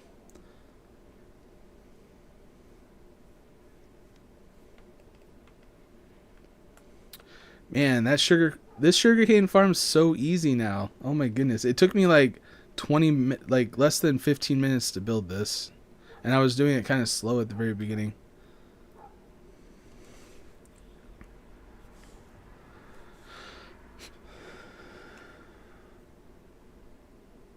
Chicka chicka Slim Shady. Nailed it. Well, the fact that you can actually use... Okay, so before the mud, it was you were only able to do that in Java edition, but now you could do it on Bedrock. I am so excited. I have to like update all my sugarcane farms now because it's so much better. The one thing I might have needed to add is how to make mud. Because, let's see here. How do you make mud now?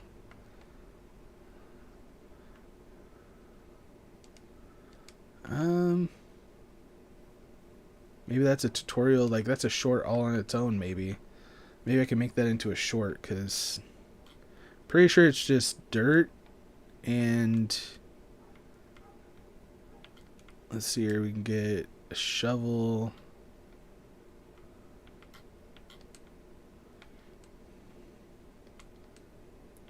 And then we need water bottles.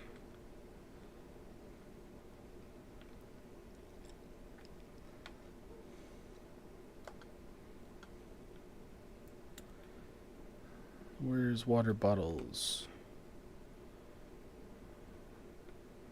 Bottle, bottle, bottle, where are you?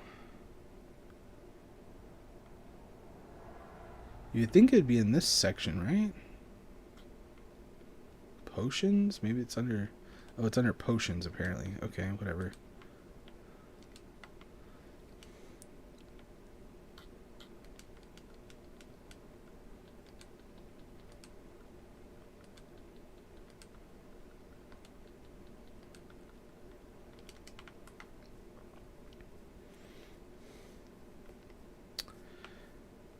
Alright, here's a short video on how to make mud in Minecraft. First, all you need is some dirt and a water bottle.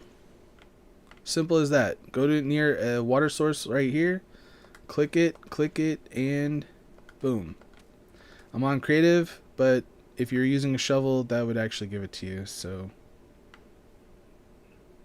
I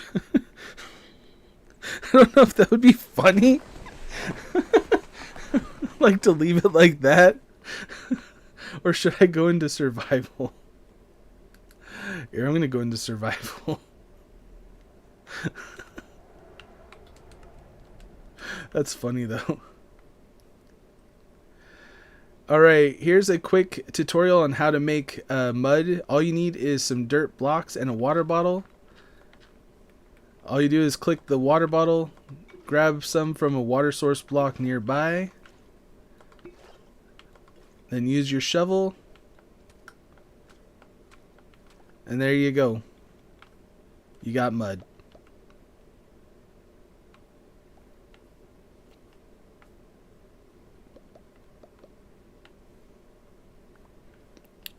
That was pretty simple, right?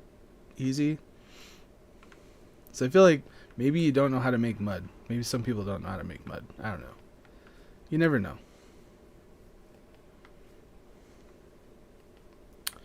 Alright, well, honestly, I'm kind of out of ideas. If you guys do have any ideas on tutorials for next first Monday of the month tutorials, I do want to make some more here in the future. This world will be dedicated to making a whole bunch of different tutorials. So if there's anything specific that you guys would like help with or questions about, make sure that you get them down there in the comments after the video is done. I think I am going to call it for today, but thank you guys so very much for joining up. You made it very interesting. I really do appreciate you guys sticking around, keeping me company. I know I wasn't able to interact as much as I usually can throughout other videos, so I do apologize that I didn't really engage with the chat as often as I should. I will get better. This is my first tutorial video like experience, so it was kind of a new thing for me. Took me a little bit extra focus, I guess. I don't know. But anyway, I really do appreciate it. What about an infinite food maker with chickens?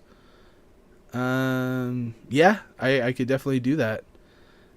Now, do you want it where it cooks it, or do you want it where it doesn't cook it? Because sometimes when you cook it automatically, you don't get that extra experience. So I could actually put it set up with something that cooks it where you can actually collect the experience, or do you want it just do it all on its own? But I definitely do like a cow farm, chicken farm, pig farm. I could do those, yeah, definitely. You want it where it cooks it? Chicken farms are probably the easiest. Honestly, I probably could. No, I only got like 30 minutes. I don't want to like rush it and feel like I don't know. I could probably get it done in 30 minutes, but I don't want to rush it and feel like, I want to make the video good. But I could definitely do that.